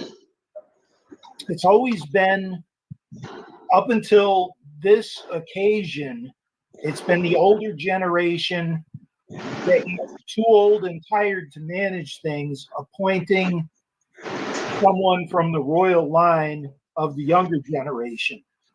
That's what happened when Chiefess Rising Star appointed Chief Big Eagle. Big Eagle, I think it was 1991, appointed Ricky Chief Quiet Hawk. And Chief Quiet Hawk, it was the only occasion I know of where he passed away without naming a successor. True that. You know, I didn't know he was sick. I used to talk to him several times a week. After he passed, I realized some of the conversations we were having. He was asking me, big questions, and it made sense. But he knew he was going to leave this earth shortly. But I didn't realize. So let me ask you this, Charles. So my brother was chief of chiefs. He was not under Ron. Am I correct? Oh my goodness, no. Ron would never say that while my brother was alive. Am I correct? You're absolutely correct. Am I correct that it goes to the eldest son, the next one in line, or does it go to the clan mother to appoint? No, it's always been to the eldest son, with the one exception being your grandmother. That's the one exception. I have a question. Who appointed WAP? Who appointed WAP? No one. That's the question of the year. She never had a ceremony. She self-appointed, just like she's saying she's chieftress. That is a bald-faced lie. She cannot be chieftress as long as I'm breathing. Now, if they put a bullet in my head tomorrow, then she could be whatever she want to be. But right now, I am Big Eagle's son. I am his eldest. Yeah, every time there was a transition, at least from the beginning of the 20th century, there has been very formal legal letters written I Chiefess Rising Star, So, and her credentials, do hereby appoint my son, Chief Big Eagle, effective on this day. And very, very correctly done in legalese and filed with the Commissioner of Indian Affairs in Hartford, the Secretary of State, and the Bureau of Indian Affairs. And as researcher for the Golden Hill Paugussett tribe, I went through bushels of these letters, and it was always done in the same very formal, very legal manner. And I never saw anything about Sharon. Sharon was not mentioned until after basically my brother died. So quite naturally, she learned and she met different people because he was not going out. He was sending her out to handle this, handle that, but it was always quiet. So when he died, quite naturally, the people just took to her because they knew her, because they hadn't met another member of our tribe. But she's hiding the fact that she has an older brother and a baby brother and a nephew in line. We're from the royal bloodline, so how can you skip us? You have no reason to say that I don't want him to be chief. Is not good enough in Indian country. My father is my father, and I am his son. All right, Chief. And you cannot go before me. You cannot appoint. See, what she gets confused is now once the royal bloodline run out, she has a job, obligation, and duty to find and appoint a chief. Am I right, Charles? No, but AD. No, AD. I said after the royal bloodline. After the royal bloodline is over with, then she can do it. But she can't appoint one now. And then the chief is him. She can't appoint shit if she wasn't appointed herself. That's what I'm getting at. I have no. Only thing she's showing is a letter that's handwritten, and anybody know my father, no, he would not have written a handwritten letter that you cannot read, and it's not signed accurately by Chief Big Eagle. Chief Big Eagle always signs this by or Chief Big Eagle, aka a real estate Piper Jr. Senior. The thing of it is, I have a lot of documents myself, and there's no mention of a Sharon being head of nothing. My father left her in charge to handle his affairs when he died. His affairs, not the tribal affairs. Yes, to bury him. Make sure he had his proper burial. That's all she had. That's all. That was it. That's all. She is not the leader of the tribe. If she is a clan mother, she is a leader in the tribe, but she's not the leader of the tribe. I am the leader, and this leadership is taken on for life. And that's what it is, and that's what it's always been. And they don't need no correction. And if she have a problem with the leadership, she should file the proper paperwork with the government, and we take it to them. So she thinks she's popular. Popularity don't run a tribe. No, it doesn't. And I don't need no book to govern me. And I'm not trying to change. I want to see her body language, because she has an issue with the darker children of your father being in power. Yes, she do. Your father is, I can't say just one, but Moonface was not having it. And you just have to understand, he exercised his warrior spirit, and that's what he was gifted with. And I really, here's our Moonface right here. So had he been alive, yeah, that's on our Colchester, our Colchester reservation. We had horses, and I just want to read this article.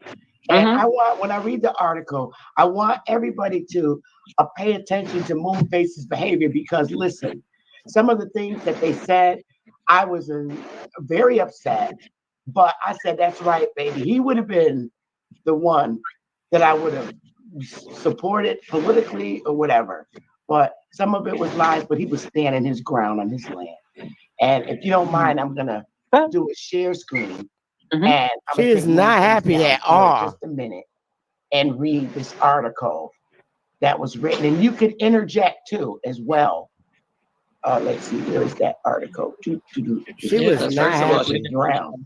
Even, he said, if it meant his death, the landfill was never built. Hey! 17 years later, life for Moonface Bear hasn't changed much.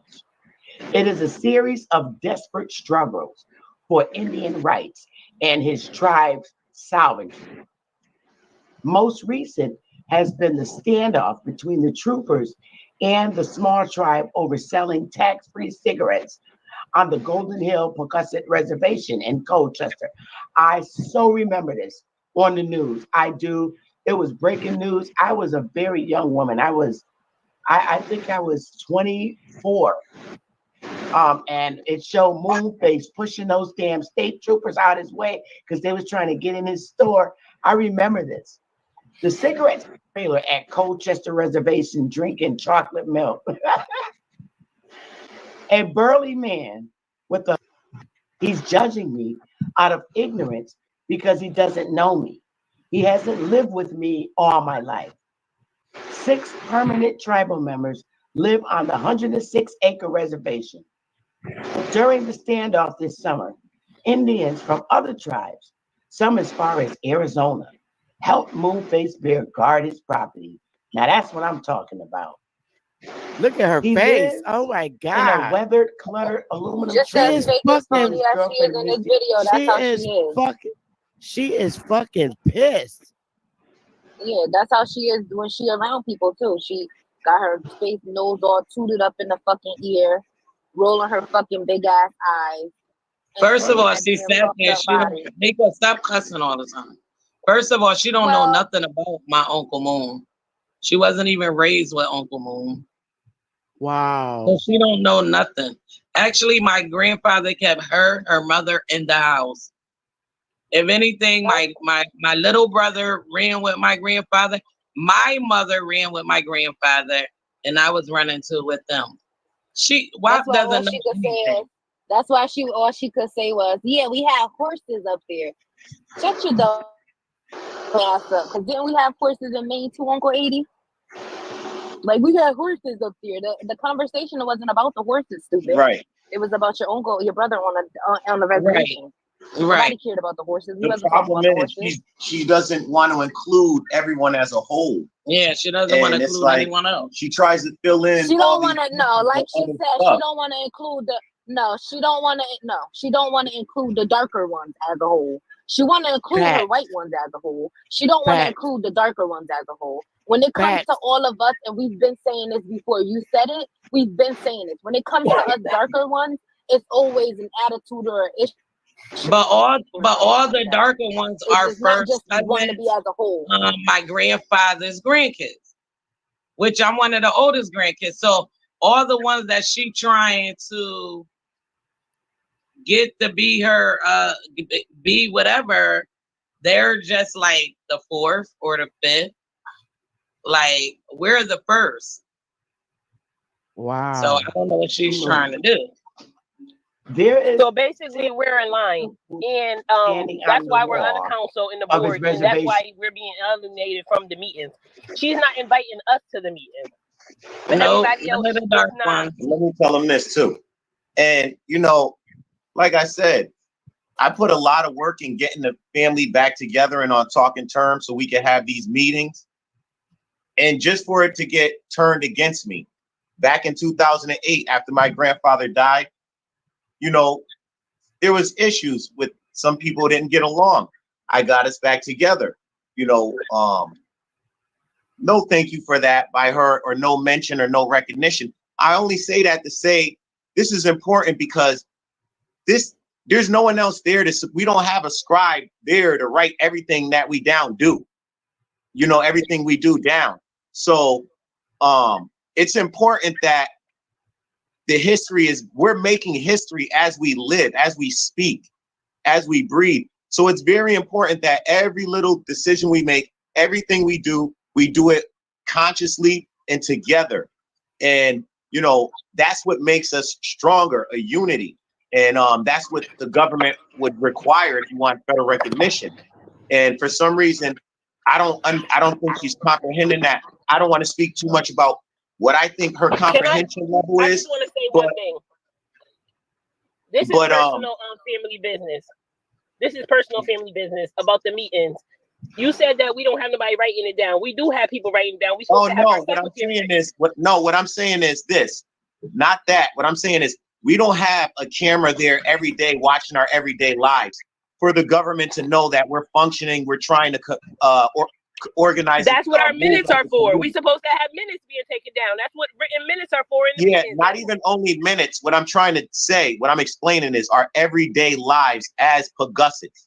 What we struggle to do together. We struggle to be together. They don't see that. The government doesn't see that. No one knows that side of the story. That's why we're here telling that. You know what I mean? And it's like, it's a struggle. It's a fight we shouldn't have to go about it this way just to say, okay, this is the chief. I'm the council chief. This is the treasurer. Okay, we're supposed to have we need to have our meetings, and this is who documents things. And we want to make sure that they're filed accordingly so that everybody gets the proper recognition, the tribe. And, and we're functioning the way. This is why we're here now. Our person that we're supposed to announce. Well, I can't dwell on what didn't happen. What was supposed to happen was I can only. I'm sorry. Am I cutting somebody off? I hear Shagos. No, go ahead. Yeah, what was supposed to be announced as our new chief was coming in. This is why we're having an issue now. This is why we're all standing together now, because when he came, he was supposed to be announced in. He wasn't announced in, and nobody's knowing about him because she's not saying anything. She went on this meeting first with Miss Beth, right? She didn't say nothing about the chief. This is why we're having an issue. Because we're all not being properly announced. Our family's not being properly announced. Well, that can be, let me say this, that can be easily fixed. When you begin giving functions in the community, teaching the little brown children in Bridgeport in the community, you set up a little table. This is why I said I would speak to you behind the scenes and we can do it together. And you have your little exhibit set up, and you're going to get the coverage you need. Yeah, and but everybody's going to know who it's important that Paugussett is. Excuse me. It's important that the federal government or the state or whoever my uncle decides to talk to these important lawyers when it really matters, as far as like doing what we got to do. They need to respect his leadership. They need to respect the tribe's leadership. And there's a way to do that, is what I'm trying to tell you. And that's what we're trying to do now. When we file our documents in a proper form that they're supposed to be filed, that needs to be recognized, signed, stamped, and sealed, and delivered to all departments that it's supposed to be delivered to. And then, of course, even now, we've been getting our respect regardless to what she's been saying. We still been out there doing what we got to do regardless, but it doesn't stop there.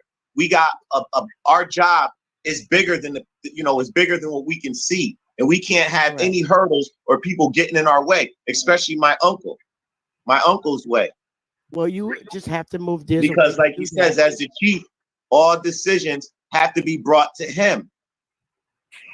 And with that said, I'd like everybody to understand and know that anything Wapatue has signed or agreed to after November the 14th is void.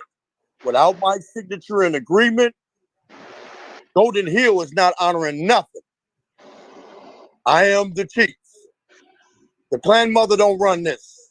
Anything that she done signed off on, any agreement. And I want anybody who have donated to this tribe to call in to our number, which was going to be posted in a little while. I want to know what was donated, when it was donated, and what it was, because there is no record. I need this to get our record straight. And this way, when we need help and can seek help, there is organizations out there who's donating to help our tribe.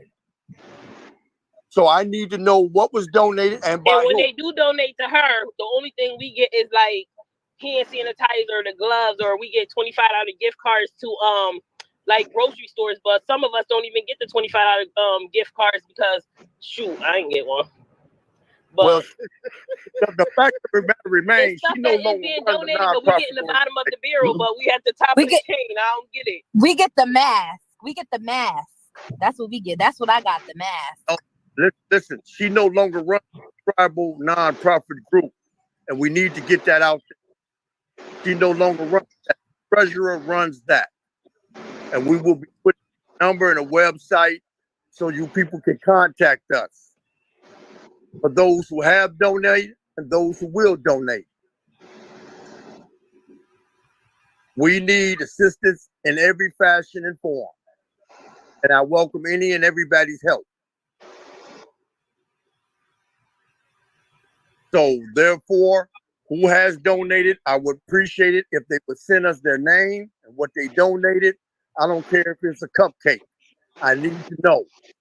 Because our treasurer, our treasury is empty. We can't even buy a gallon of milk for our baby.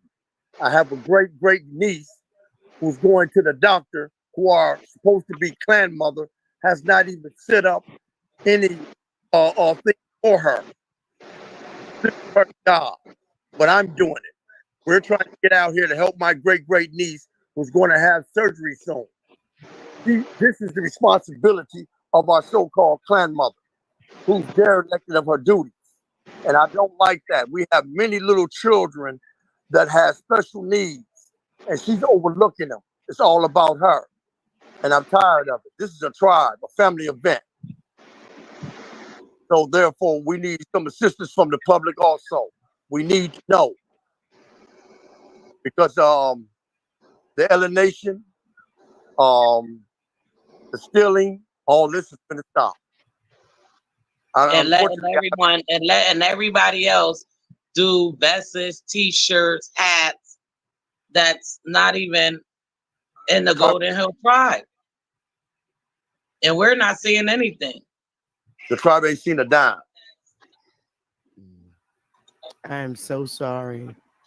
No, please don't be. You know, if you're able to trick somebody, this is what the white men been doing all through history. If he trick you, he can beat you. See, I'm not trickable. I'm Big Eagle's son. I saw it when I came home, and I've been opening eyes.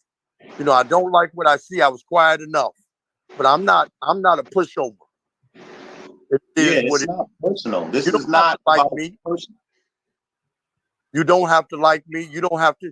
Shoot, we don't even have people don't like the president, but he's still the president. And it's like when you keep people suppressed and keep them down for so long, this is what happens. And I've been reaching trust. I got emails. I've been trying to reach out to her, and it's like, yeah, we're family. Sometimes we fight, we argue. You know, we say things off the record, but for the record, it's like we have a job and a duty and an obligation for our community. We got to give our respect to our ancestors, you know, our predecessors, like, and also the public, the community too. Like, we can't be acting like this. I mean, the next time we come on your show, it should be all of us together or sometime at some point where we have come with the resolution and resolve things. Because that's all we ever tried to do this whole time. We didn't want it to come to this. I tried everything in my power. My uncle will tell you, him and I, we go back and forth all the time. You know, but we sit down, we talk, I listen to him, and I know, and a lot of stuff he says, you know, I open my eyes, and that's why I'm right here supporting him, because it makes sense. You know, everything that we're saying, we can show you in black and white. You know, there's no fairy tales to this. You know, it's all black and white.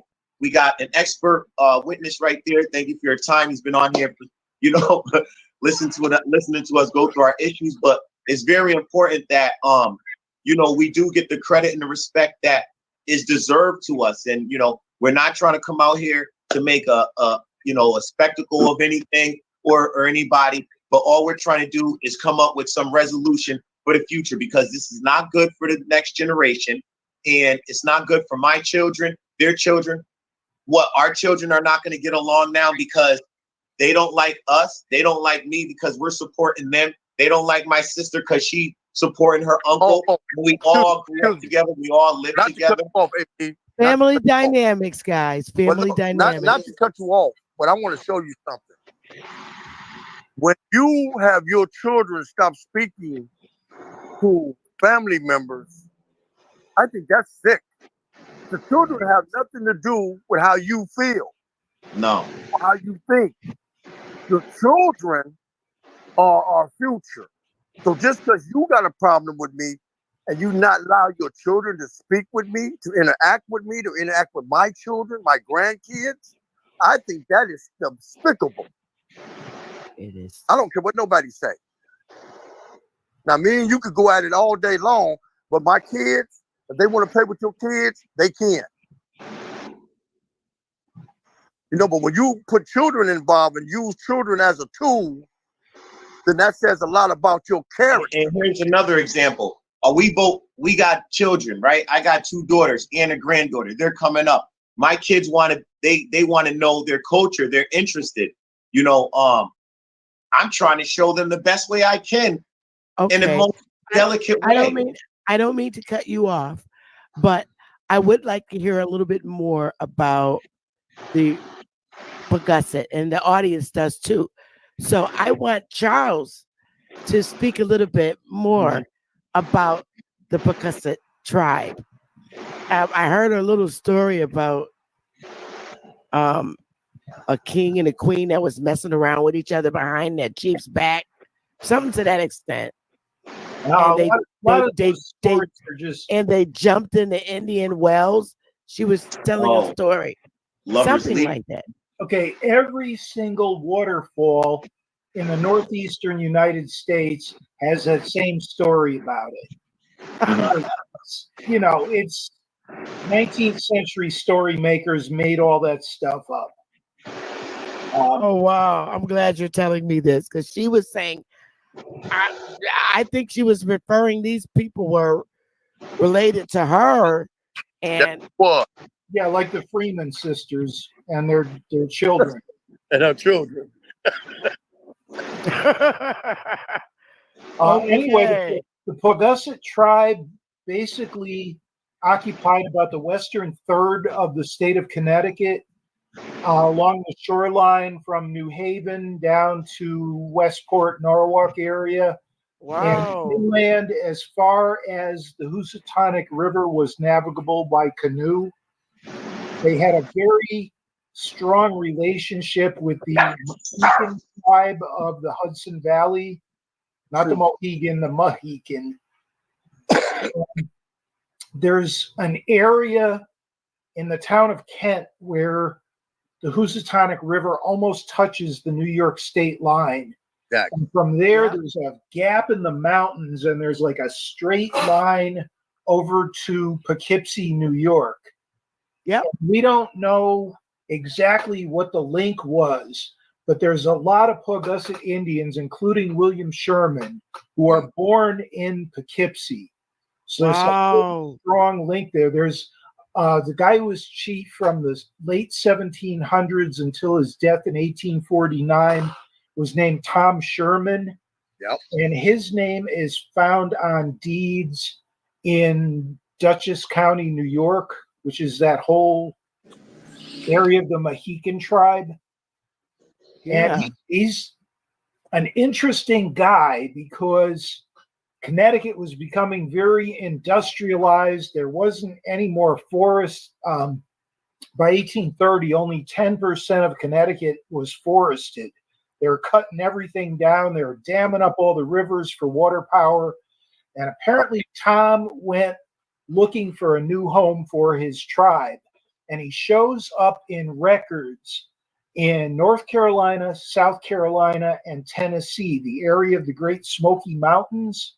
Wow. He's like looking for a new home for his tribe just before the Indian Removal Act. The Cherokee is, I don't need to explain to anybody, they were like the most advanced and politically powerful and wealthiest tribe in America. Mm-hmm. They had their own schools. They had, their own lawyers and doctors, and They had their own written language given by Great Chief Sequoyah.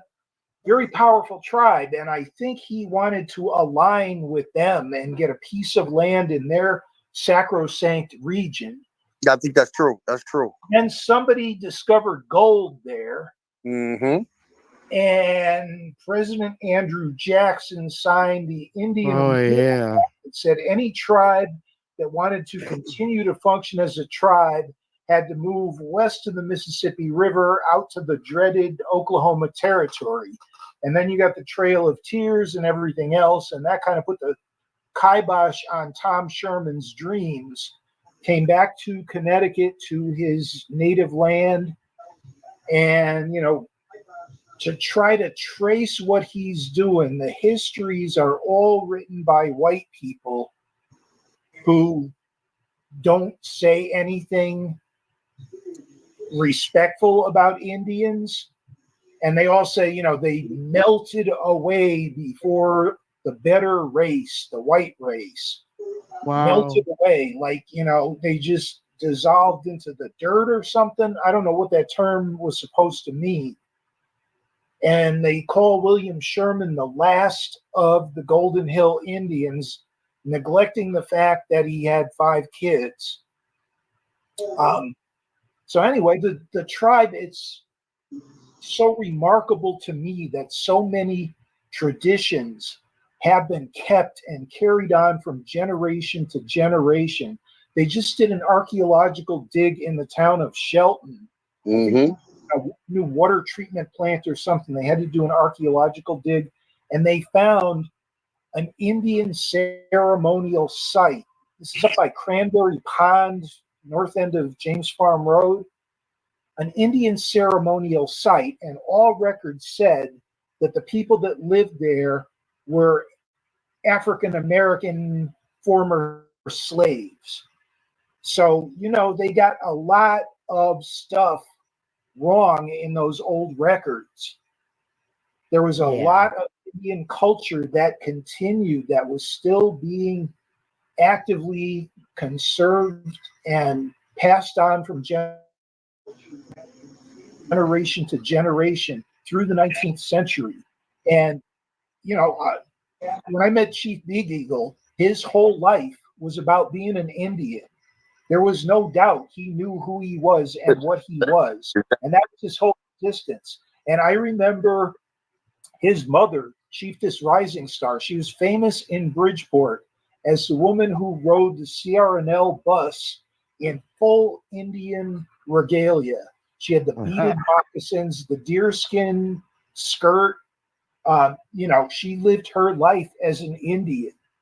And she was just a gold mine for researchers, because like the Bridgeport Post called her a self-styled chiefess in an article, and she wrote this incredible letter to the editor. You call me self-styled? And she gives like 5 paragraphs of all her credentials. And she's always writing to President Roosevelt, and she became very active, just like Big Eagle did, all over the United States. And when she was installed as chiefess in 1933, she had representatives from the Shoshone tribe in Washington State, from Indians in Idaho, Wyoming, Nebraska, Illinois, Virginia, at her installation ceremony on the Trumbull Reservation. And that was entered in the newspapers. So, you know, there is no doubt that this tribe was functioning as a tribe exactly the way the government says that a tribe has to maintain continuity. They were maintaining their traditions. They had a political structure. These are the criteria of the Bureau of Indian Affairs for federal recognition. And the Paugussett tribe met them all. And, you know, then they threw this whole thing out that, you know, this guy, Joel Freeman, there are other Joel Freemans. So you can't say this is definitively the same guy. Thank you.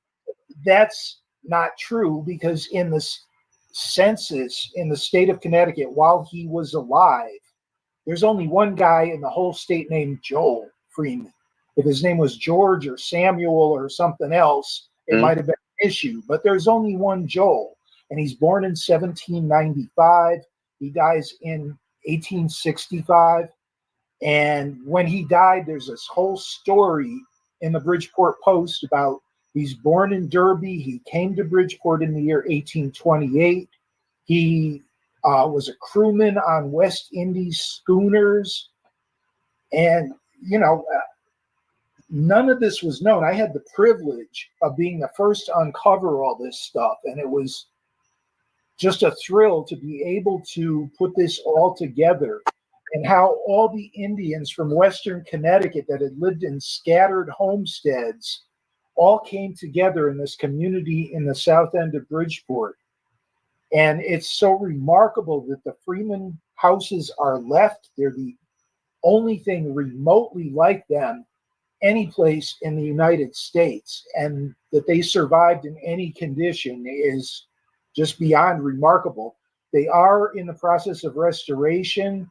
We have the funds to restore them, and the contracts are up to bid right now. So we're going to see construction starting in like October.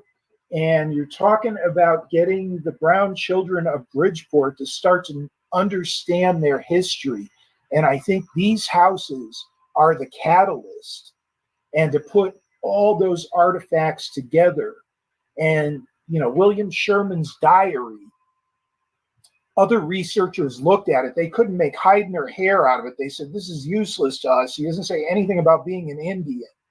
But he says, you know, a note in his diary, went to Putney and got Venus. And they're like, what does that mean? Well, this guy, George Freeman, was William Sherman's fishing buddy. They're always going fishing together, especially when the shad were running up the Housatonic River. George Freeman, when he dies, is called Yellow George. And, you know, he was a big-time landowner in the town of Stratford, and he married this woman, Green, from Bridgeport. So when he says went to Putney and got Venus, he's picking up George Freeman's wife in his wagon. And Venus Green was the daughter of this guy, Tunis Green. Tunis is a Dutch first name. Tunis Green lived on the Lonetown Reservation in the town of Reading, and mysteriously enough, he's born in the town of Poughkeepsie, New York. And, you know, all these things all tie together, and you can't tell exactly what's going on, but you know that there is something going on. Yeah. So, you know, during the Indian Removal Act, are you aware that Chief Bear Eagle and I think Little Flower, you guys remember when they built Beardsley Terrace when they were 16 buildings? I remember that. That used to be Indian public housing. That's where they pushed all the Indians at. That's right. It was called Indian public housing first. That was a 20-acre piece of land assigned to the Paugussett tribe in perpetuity forever back in 1763. They took the 80-acre Golden Hill Reservation. The Indians file a claim to the General Assembly in Hartford. They said, all these white farmers are coming in. They're letting their hogs run through our cornfields. They're destroying everything. We have no food for the winter. We're going to starve. And the General Assembly in Hartford lets them sit for 2 years without a response. And finally, they say the equivalent of, well, that's the way the cookie crumbles. And since they're down to like their last 12 acres when it was supposed to be an 80-acre reservation, and 160 acres prior to that, and 3,000 acres before that, and everything between the towns of Stratford and Fairfield prior to that. Anyway, they say, okay, well, what's done is done. This land now belongs to the white farmers, and in lieu of that, we're going to give you this 20 acres in what would become the north end of Bridgeport. Yeah. And as I mentioned earlier, there was one tribal member, he went by the name of John Porkchop, that lived on that 20-acre tract. and Chopsy Hill Road took its name from him. Chopsy Hill Road. Isn't that something? Yeah. Now, Charles, that explains why when we were little, that Paugussett was so important for us to learn as little kids. Right. Yeah. They put all those projects, Father Panic Village, Bearsley's Terrace, because that's what it was called first. Yeah. P.T. Barnum.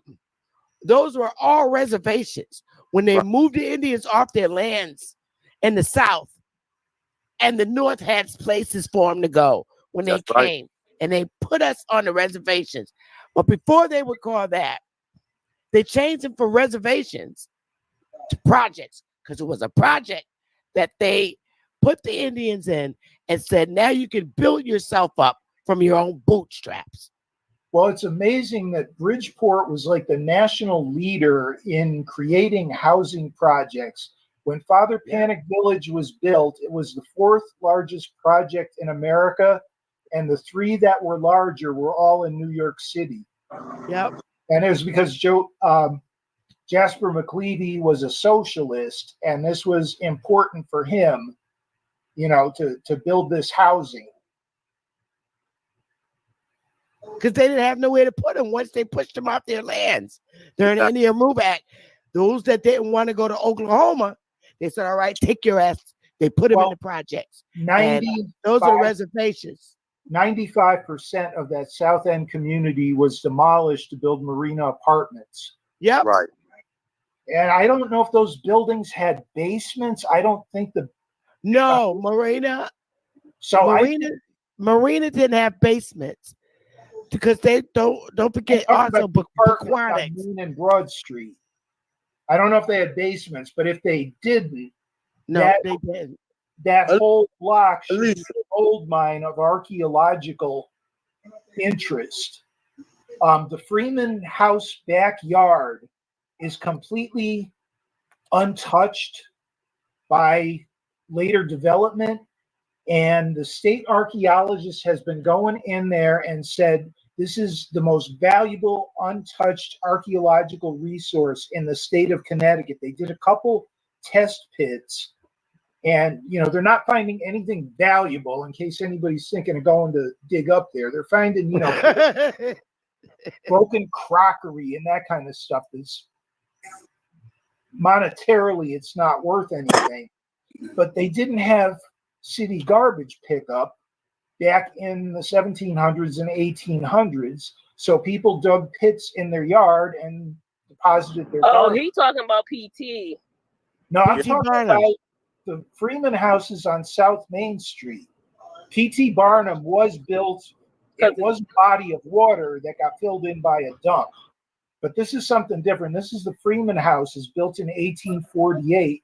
And they're digging up, they're finding all these clam and oyster shells, and that was like a huge proportion of their diet. For protein, they just went over down to the water with a clam fork and dug up dinner. And, oysters were a huge component of everybody's diet.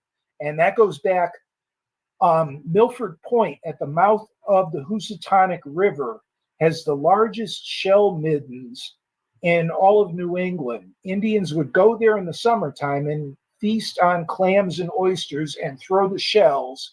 And this is over 20 acres of huge mounds of shells that go back for 10 to 12,000 years. And they didn't eat them raw, did they? Did they at least cook them? What they used to eat, I'm sure they did eat a lot of them raw, but what they used to do was smoke them, and that was their protein source for the whole winter. It was very compact and very nourishing. And, they probably smoked like 40 or 50 for every one they ate raw. And they had campfires. They didn't have good quality knives. And to open a clam or oyster, if you've ever tried to do it, you need a real good steel knife to do that. Or you can put them next to your campfire and they open up, and it's like a steamed clam and clam broth. So they did get kind of cooked, and the shells would open up and they would have their feast. Wow. And I read a figure that then as now, of all the oysters in the state of Connecticut, about 25% of them are in the mouth of the Housatonic River. And that was like the focal point of Paugussett existence, that and Bridgeport Harbor. And they say that the shores of Long Island Sound had the densest population of Native Americans in pre-contact times because there was just such a ready source of protein there. With all Did the Paugussetts own Pleasure Beach too?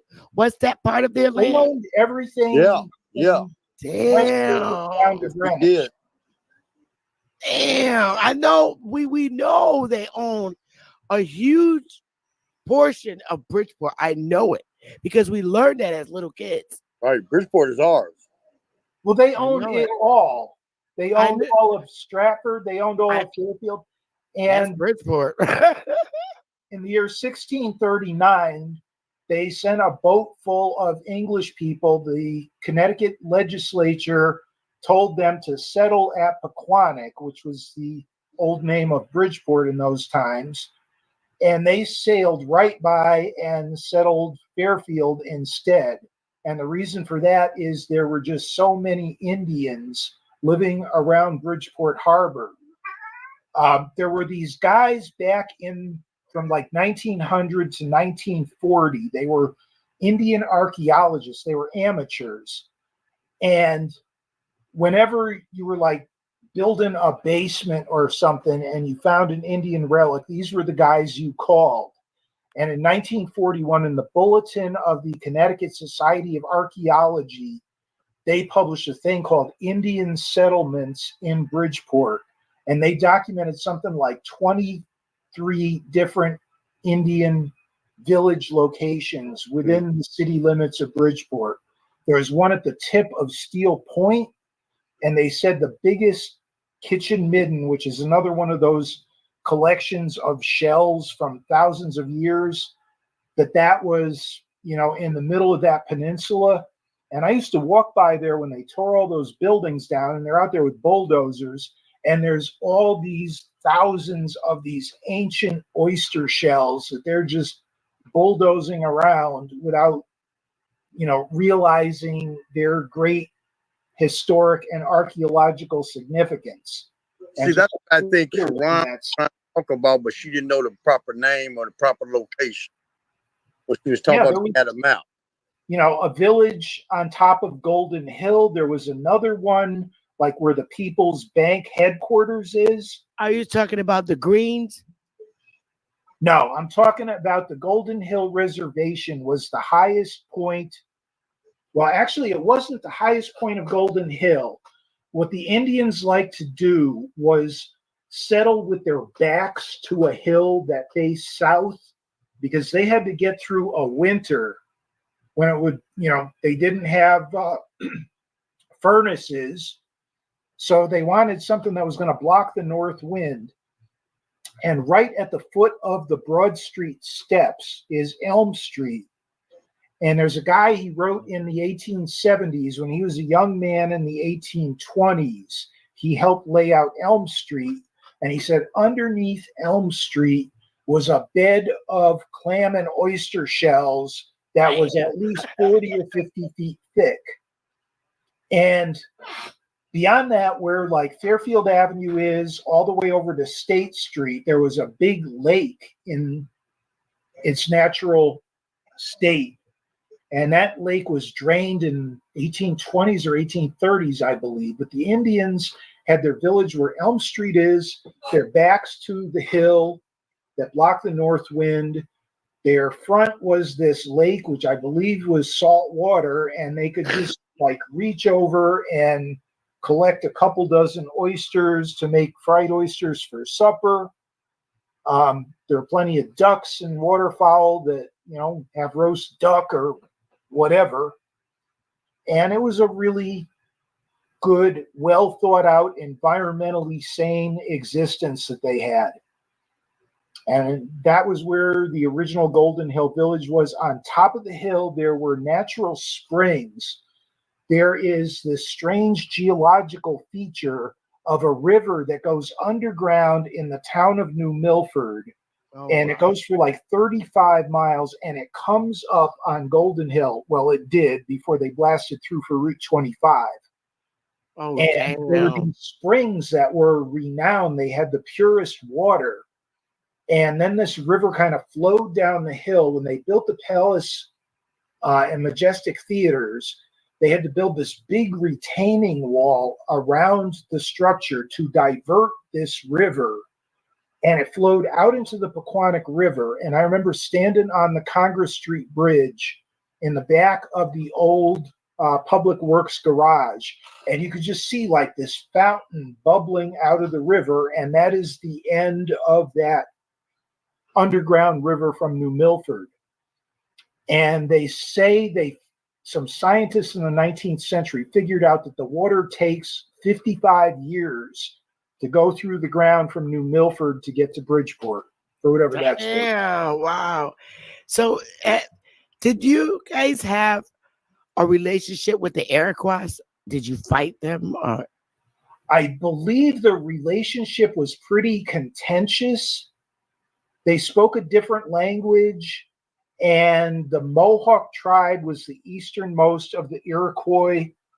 And there's all kinds of, contentious relations between the Mohican and the Mohawk.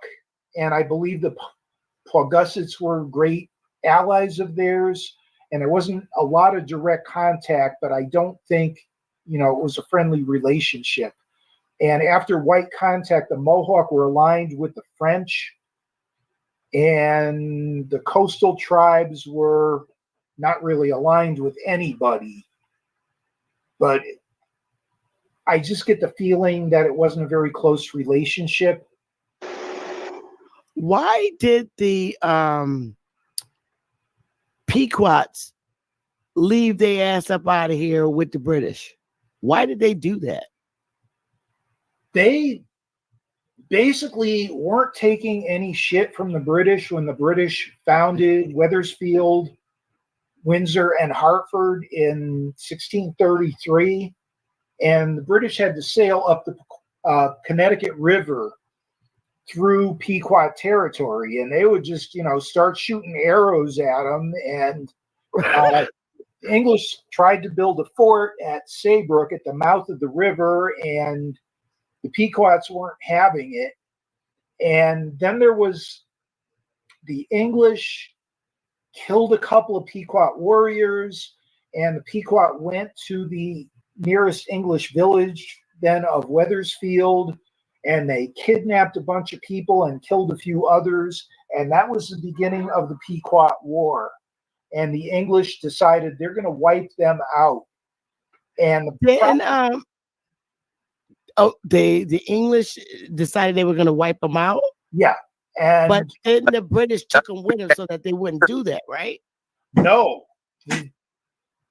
No, we helped. Connecticut brought in a bunch of troops from Massachusetts, which was a much bigger settlement, and they went to the main Pequot fort, and the Narragansetts aligned themselves with the English, and they surrounded the Pequot fort, and then they set fire to it, and they burned between 500 and 700 Pequot, and whoever escaped, they sold them into slavery in Bermuda, and they stayed in Bermuda for 100 years. And it's just in very recent years the Pequots have found the descendants of these people and have reestablished a relationship with them. So it was a very sad story, and the Pequots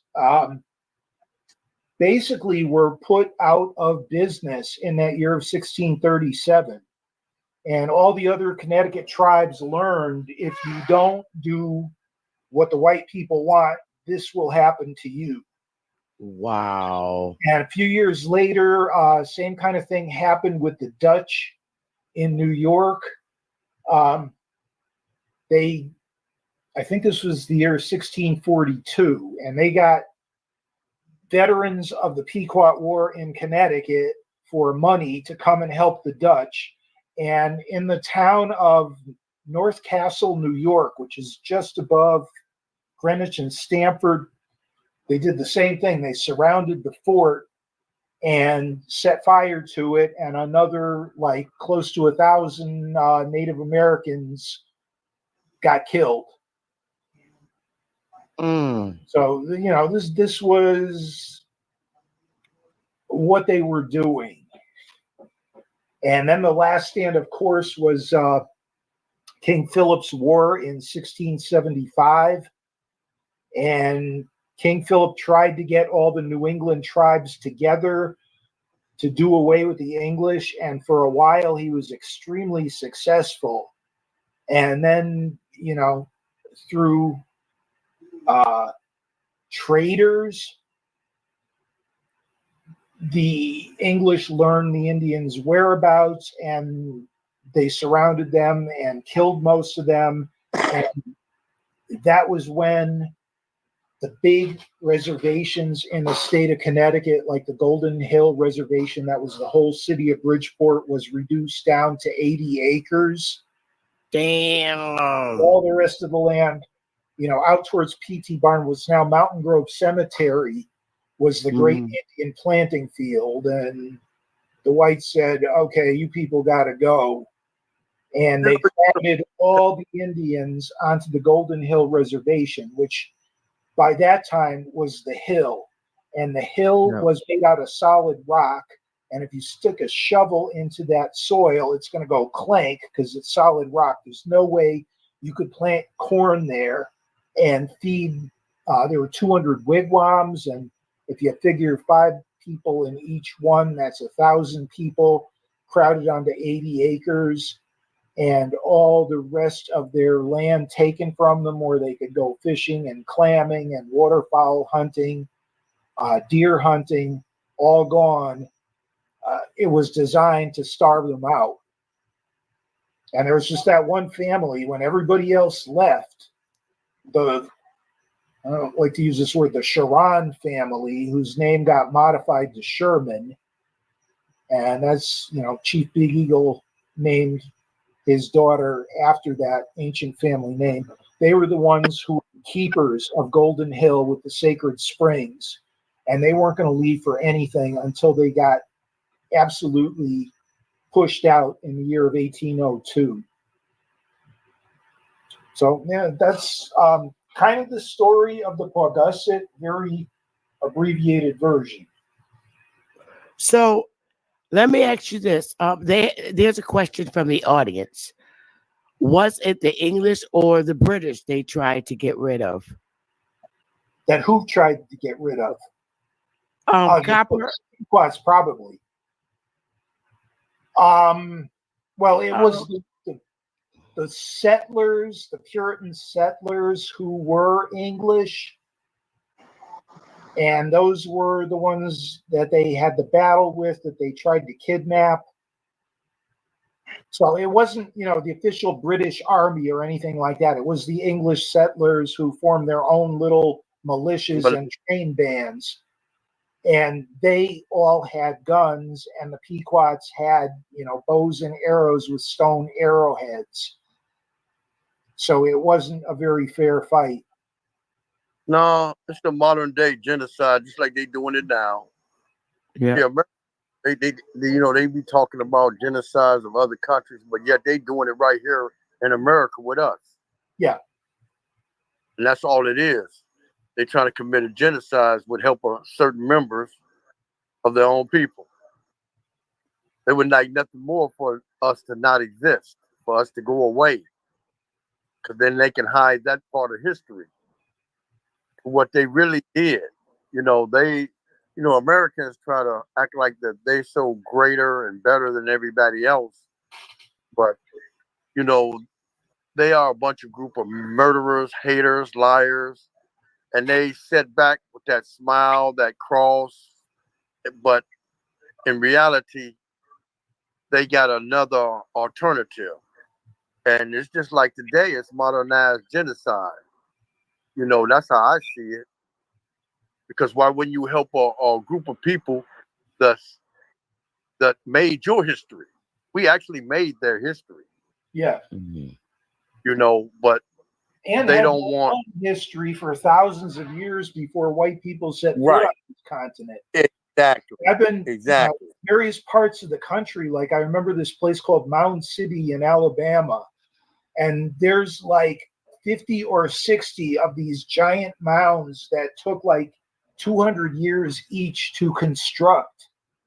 And we don't know what the purpose was, but it was, you know, a very advanced civilization that created that. I've seen the thousands of years before white people set foot Right. on this continent. Exactly. I've been Exactly. various parts of the country. Like I remember this place called Mound City in Alabama, and there's like 50 or 60 of these giant mounds that took like 200 years each to construct. And we don't know what the purpose was, but it was, you know, a very advanced civilization that created that. I've seen the same thing in Natchez, Mississippi, and you go to Cahokia Mound in Illinois. This thing is like 4 times the size of the Egyptian pyramids. And they have this beautiful museum there in Cahokia, Illinois, just showing what an incredible civilization was. Let me ask you something. Why is it that the white man want to hide the full blood Indian, the darker one? Why? Because they want I'm asking Charles first, Chief. Okay. I want to see what Charles say, and then I'm gonna come back. What is your pick on that, Charles? Because they illegally stole a continent from those people. You know, this was a civilization that lived in harmony with the environment, who knew so much about the land, who understood it completely and didn't damage that environment in the least by living in harmony with it. And they just wanted to come in and exploit, and their concept of ownership, and this is mine, you have to get out kind of thing. And why did they steal our identity? Because they don't want people to understand the enormity of the catastrophe that they caused and the enormity of the theft. Exactly. You know, imagine a bunch of people from Bridgeport going to Sri Lanka and landing on the beach and saying, I claim this in the name of the mayor of Bridgeport, and telling all the Sri Lankan people, you have to get out and the land is ours now. And, you know, here, sign this deed and we'll give you 2 kettles and, you know, a couple metal trinkets, and this 50,000 acres of land belongs to us. You know, that's the same kind of ridiculous scenario that the Europeans had. You know, I claim this land in the name of the king. Is there a such thing, and you ever heard of Black Europeans running this land? Well, there were such things. Mm-hmm. And, you know, there were all kinds of weird things going on that we don't know about. I used to talk to a researcher from South Carolina who told me about all these communities that were going on, like in the 1600s and 1700s, that were an amalgamation of people. You know, there are people coming over from India. And we never heard of stuff like that. And people from Mexico and, you know, these. Well, Mexico is part of California. Come on, we all know that. But and they're natives. They sure were, but in India, it was a hot country, and they grew these valuable commodities, namely indigo and rice and a couple other things. And these people came over because they were, you know, the English were going to set up another exploitive environment where they were going to just get all these valuable products and be in control of them. Why do you think they have these mongoloid looking Indians claiming to be the original people of this land when they're actually of Asian descent? They're not the original Cherokees that fought in the Civil War and things like that. Yeah. Why did they put them there? You know, I mean, talk about stolen identity. Those people's ancestry is from Asia, not here. It's really weird because, you know, I've known pure-blooded Indians from New England, like Chief Big Eagle, for example, who don't look anything like that. Facts. You know, that's Facts. what an Indian looks Chief like. Big Eagle looks like his son right here, Chief Bear Eagle. Exactly. He's a and I'm like, dead ringer for him. Where did these Chinese people come stealing identity? Those was Negroes in the South. I've never seen Chinese people eating pork chop sandwiches in South Carolina. Can I say something? I mean, I do a lot of research off of Charles and Samuel Orchid and stuff. It's like, yeah, I mean, those are good questions. You know, as people migrated over to the continent, you know, you had different various clans. Everybody looked different, you know, so everybody didn't always look the same. But I did see something where they recognized the ancient, like you're saying, Black Indian. I'm only speaking about North American Indians to this land. Yeah, you know, they were not Chinese-looking people. No. They look like me and you and Chief Bear Eagle. They didn't look like no damn people that's selling pork fried rice and chicken wings. Like me and you. The official line is that there was this migration across the Bering Sea land bridge from Asia that started like 12,000 years ago. And I believe there was such a migration, but I believe that the majority of Indians east of the Rocky Mountains were a whole nother race altogether. And you read descriptions. But they're not indigenous to this land. If they had to come here, they're not indigenous to this land. You had people from Africa coming from different sides to America, coming from the Pacific. There wasn't even a mention of the African name. That's a lie. What's that? Excuse me? That's a lie. The word Africa wasn't even used in those years. Well, I'm only saying that term because that's the only way I can describe in what we're talking in the context of what we're talking. But I'm saying the people from the continent over there in the east came came to this country from different sides, South America, North America, or I don't know much about North America, but bro, I'm telling you right now, Africans. Right, but I think what I'm trying to say is if you look over at the Hawaiians, right, they have dark melanin from the Pacific side of Australia to Africa. That's what I'm saying. From that side of the continent, they migrated from different areas and came to the Americas. So over there in Hawaii, in the Pacific, you have people who have dark melanin. Like you said, the original Cherokees, they have dark melanin because they were the ancient ones that got here before.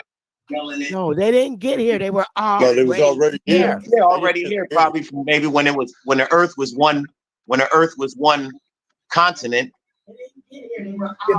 But I'm no expert. I'm no expert here. So these are all. Spaniards and the early explorers described the indigenous people, and they said they looked like Libyans. You know what Muammar Gaddafi looked like.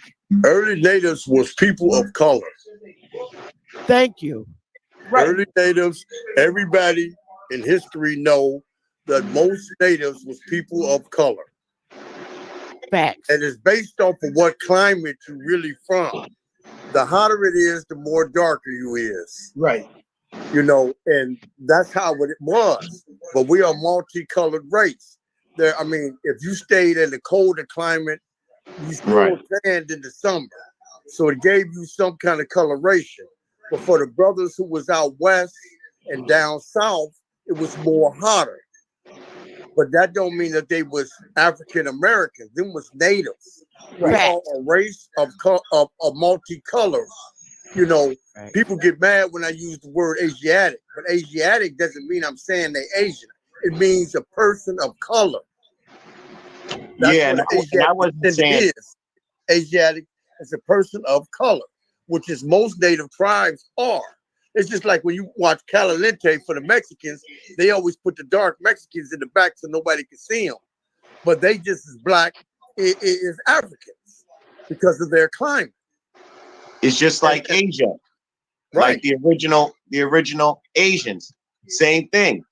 You know, they got some with very dark melanin. Exactly. And they're in a part of Asia and India, or over there in Asia where they don't talk about that.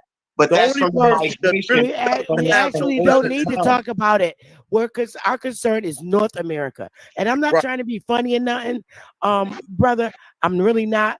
My only concern is North America, the soil where my ancestors came from. Like I could give less than a 2-bit shit about them wing dog eating people. I'm only concerned. No, I know what you're saying, but what I'm trying to say is people have migrated from different parts of the earth, and they all came and met here, is what I'm saying. That's the point. Different parts of here. North America, South America, West, East. I can agree with that. All over the place. I can agree with that. I just want to make it very clear. But you know what? They're not the first people of this landmass. I'm only concerned with my people because see, what people don't understand is everybody's getting recognized. They getting this and getting that off of our backs. Facts. We can't get nothing. Facts. We're born and raised right here, and we're treated like dogs. Facts. But somebody can come for example, people come from India, they get 7 years of business and everything else. Well, I can't even go to the bank and get a loan because they look at me and tell me I'm too poor, and I'm original owner here. Honey, but they recognize everybody else but us.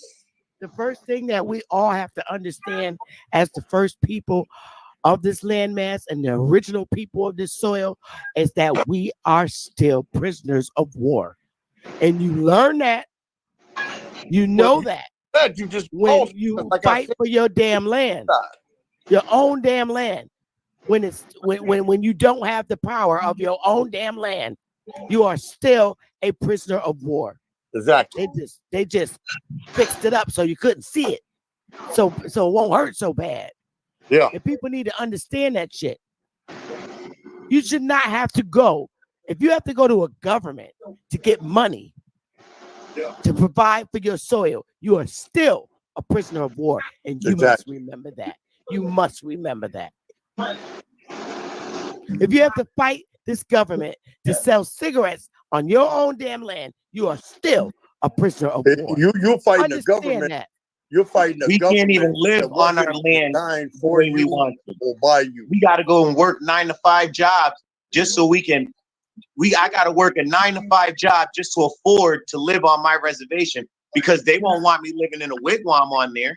Just so we can. Welcome to the world of understanding that you are still an enslaved Indian, modernized. I look at the world and they talk about the Jews and what they went through, genocide. But America right now today is committing genocide right here in the open in front of everybody, and nobody feels what we're saying. Nobody. We're going to take care of that. And there's ways of doing this in a very civil manner. Yes. The problem that you're having, Chief, is a minor problem that can be fixed. Oh, yes. Oh, I know. And I'm going to speak with you. I put my something in the back. Okay. I want to speak with you. I want to speak with you and your family. Okay. And let you in on something. All right. Okay. I appreciate that. But Mr. what's his name? Charles. Yes.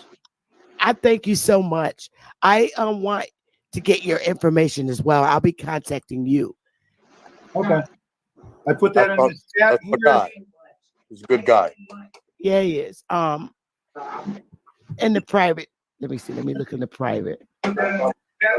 No, put it in. I'll get it from Chief Beer because I'm gonna stay in contact with the whole family. Okay. We're gonna do something together. I want to show you. It's a simple fix. I swear to you. Okay.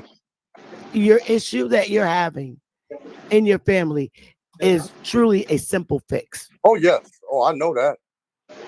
And I'm gonna contact you and I'm gonna help you. Okay. Thank you. Okay. And we've been going at it for 2.5 hours. I would love to hear you guys come back. I'm gonna definitely stay in touch. I'm gonna stay in touch because y'all home. We home. Mm-hmm. You know, and I want to share some things with you and your family that I'm aware of. Okay. And I know it's gonna be a simple fix. Okay. We appreciate the invite, and we're very honored to be on your show. And we thank you very much from the bottom of our hearts. And we hope and pray that we can continue this. We will. Everything's gonna be all right. Oh, this is real. It's this gonna is be our life. It's gonna be all right. With the information that and Charles, I thank you. And Charles have. Oh, my pleasure. It makes no the sense. pleasure is With all the information that Charles has and dug up, it makes no sense. No sense at all. No, see, what don't make no sense is we're the oldest reservation and we're not recognized, but you recognize the tribe who really didn't prove who they was. And still, even today, people don't even know whether they're Indian or not, but yet they got recognition. It's your skin color, baby. Oh, I know what it is. I know what it is. It's your skin color. See, you're full blood, and that's a problem. No. You're not supposed to be alive. You should have died of the Spanish flu, sir. If you only knew. It's crazy. She's saying the same thing people in our family saying. Where you come from? You're not supposed to be here. They don't want him here. Yeah, you only knew. He here. So, Little Flower, y'all, I'm going to be in touch with y'all very soon. I want to take care of this lawsuit that I'm going to take care of this month. It's finalized. It took me forever. It took me like 4 months to write this damn thing.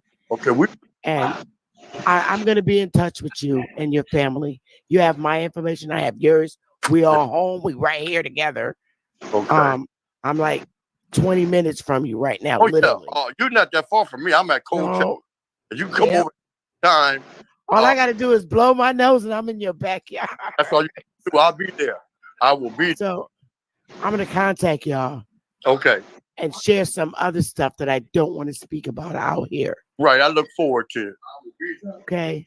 And I think you're going to feel a lot more better, little Eurelis nephew. You're going to feel a whole lot better.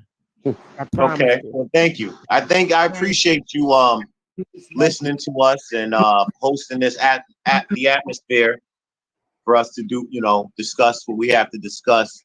It's very important that we get our message out there. And I know you're running out of time. One of the things I would like to shed light on, we'll talk about it when we're together, is the progress of the community center and along with some other things. But we'll talk more about that next time. Okay. And and the housing too. Okay. That's going to be super because we're both working on the same things. I can't wait to meet with you. All fighting for the same purpose. Take care of it. Yeah, because this is happening. It's happening now as we speak. So if I hear any more, then we'll be able to update you on what's going on. So that's why I'm mentioning that now.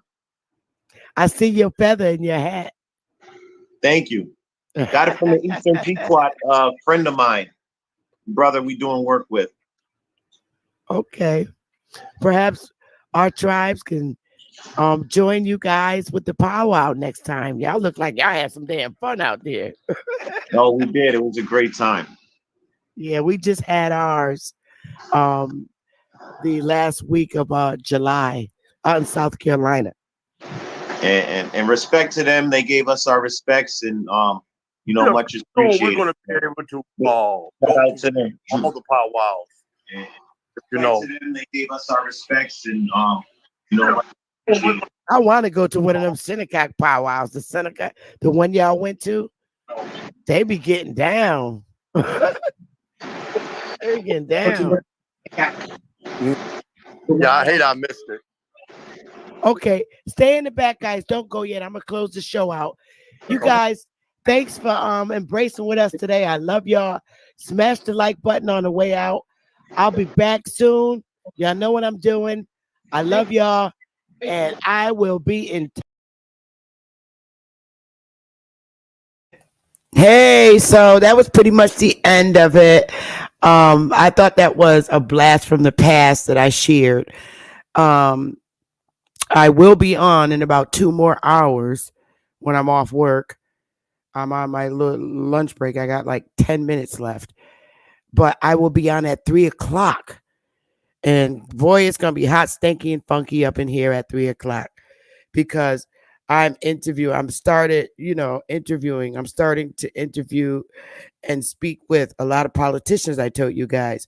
So at 3 o'clock today, I'm interviewing the president and pro temp of the Bridgeport City Council. Okay, at 3 o'clock. So y'all want to be in here. This man is president and pro temp of the Bridgeport City Council, and he was also the former state representative and senator for Bridgeport, Connecticut. So that's going to be at 3 o'clock today, and it's going to be hot, stinky, and funky, y'all. So I'll be putting up the link and thumbnail in a little while. So I hope to see y'all here at 3 o'clock. I'm starting, I told y'all I was going to start talking with a lot of senators and representatives. And, we have senators and representatives of all races.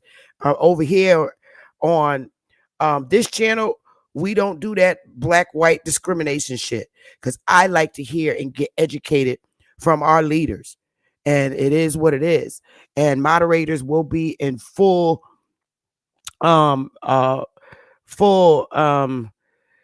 service to keep an eye on the chat, because we have thousands of people watching us now, and at some point we have to exercise respectful behavior. Now you can disagree in the chat, that's completely fine, but name callings and racist statements and things of that nature is not going to be tolerated over here. Thank you, Lady Moon. And I just want us to educate us as much as we can, and the way to do that is to speak with these politicians that are in power. There's going to be politicians that are actively in Congress coming on my panel, and I want to give them the utmost respect and ask them the questions that we need, so we can get a better understanding of how the country is being managed and governed. So I hope to see everyone in here at 3 o'clock. I love y'all. And I'm going to get on up out of here. I love y'all. Smash the like button. Send donations in. There's my Cash App. And I love y'all to death. So I'm about to get out of here. It's all about dropping that thunder. Y'all know it. Y'all know it's all about dropping that thunder. Oh, yeah.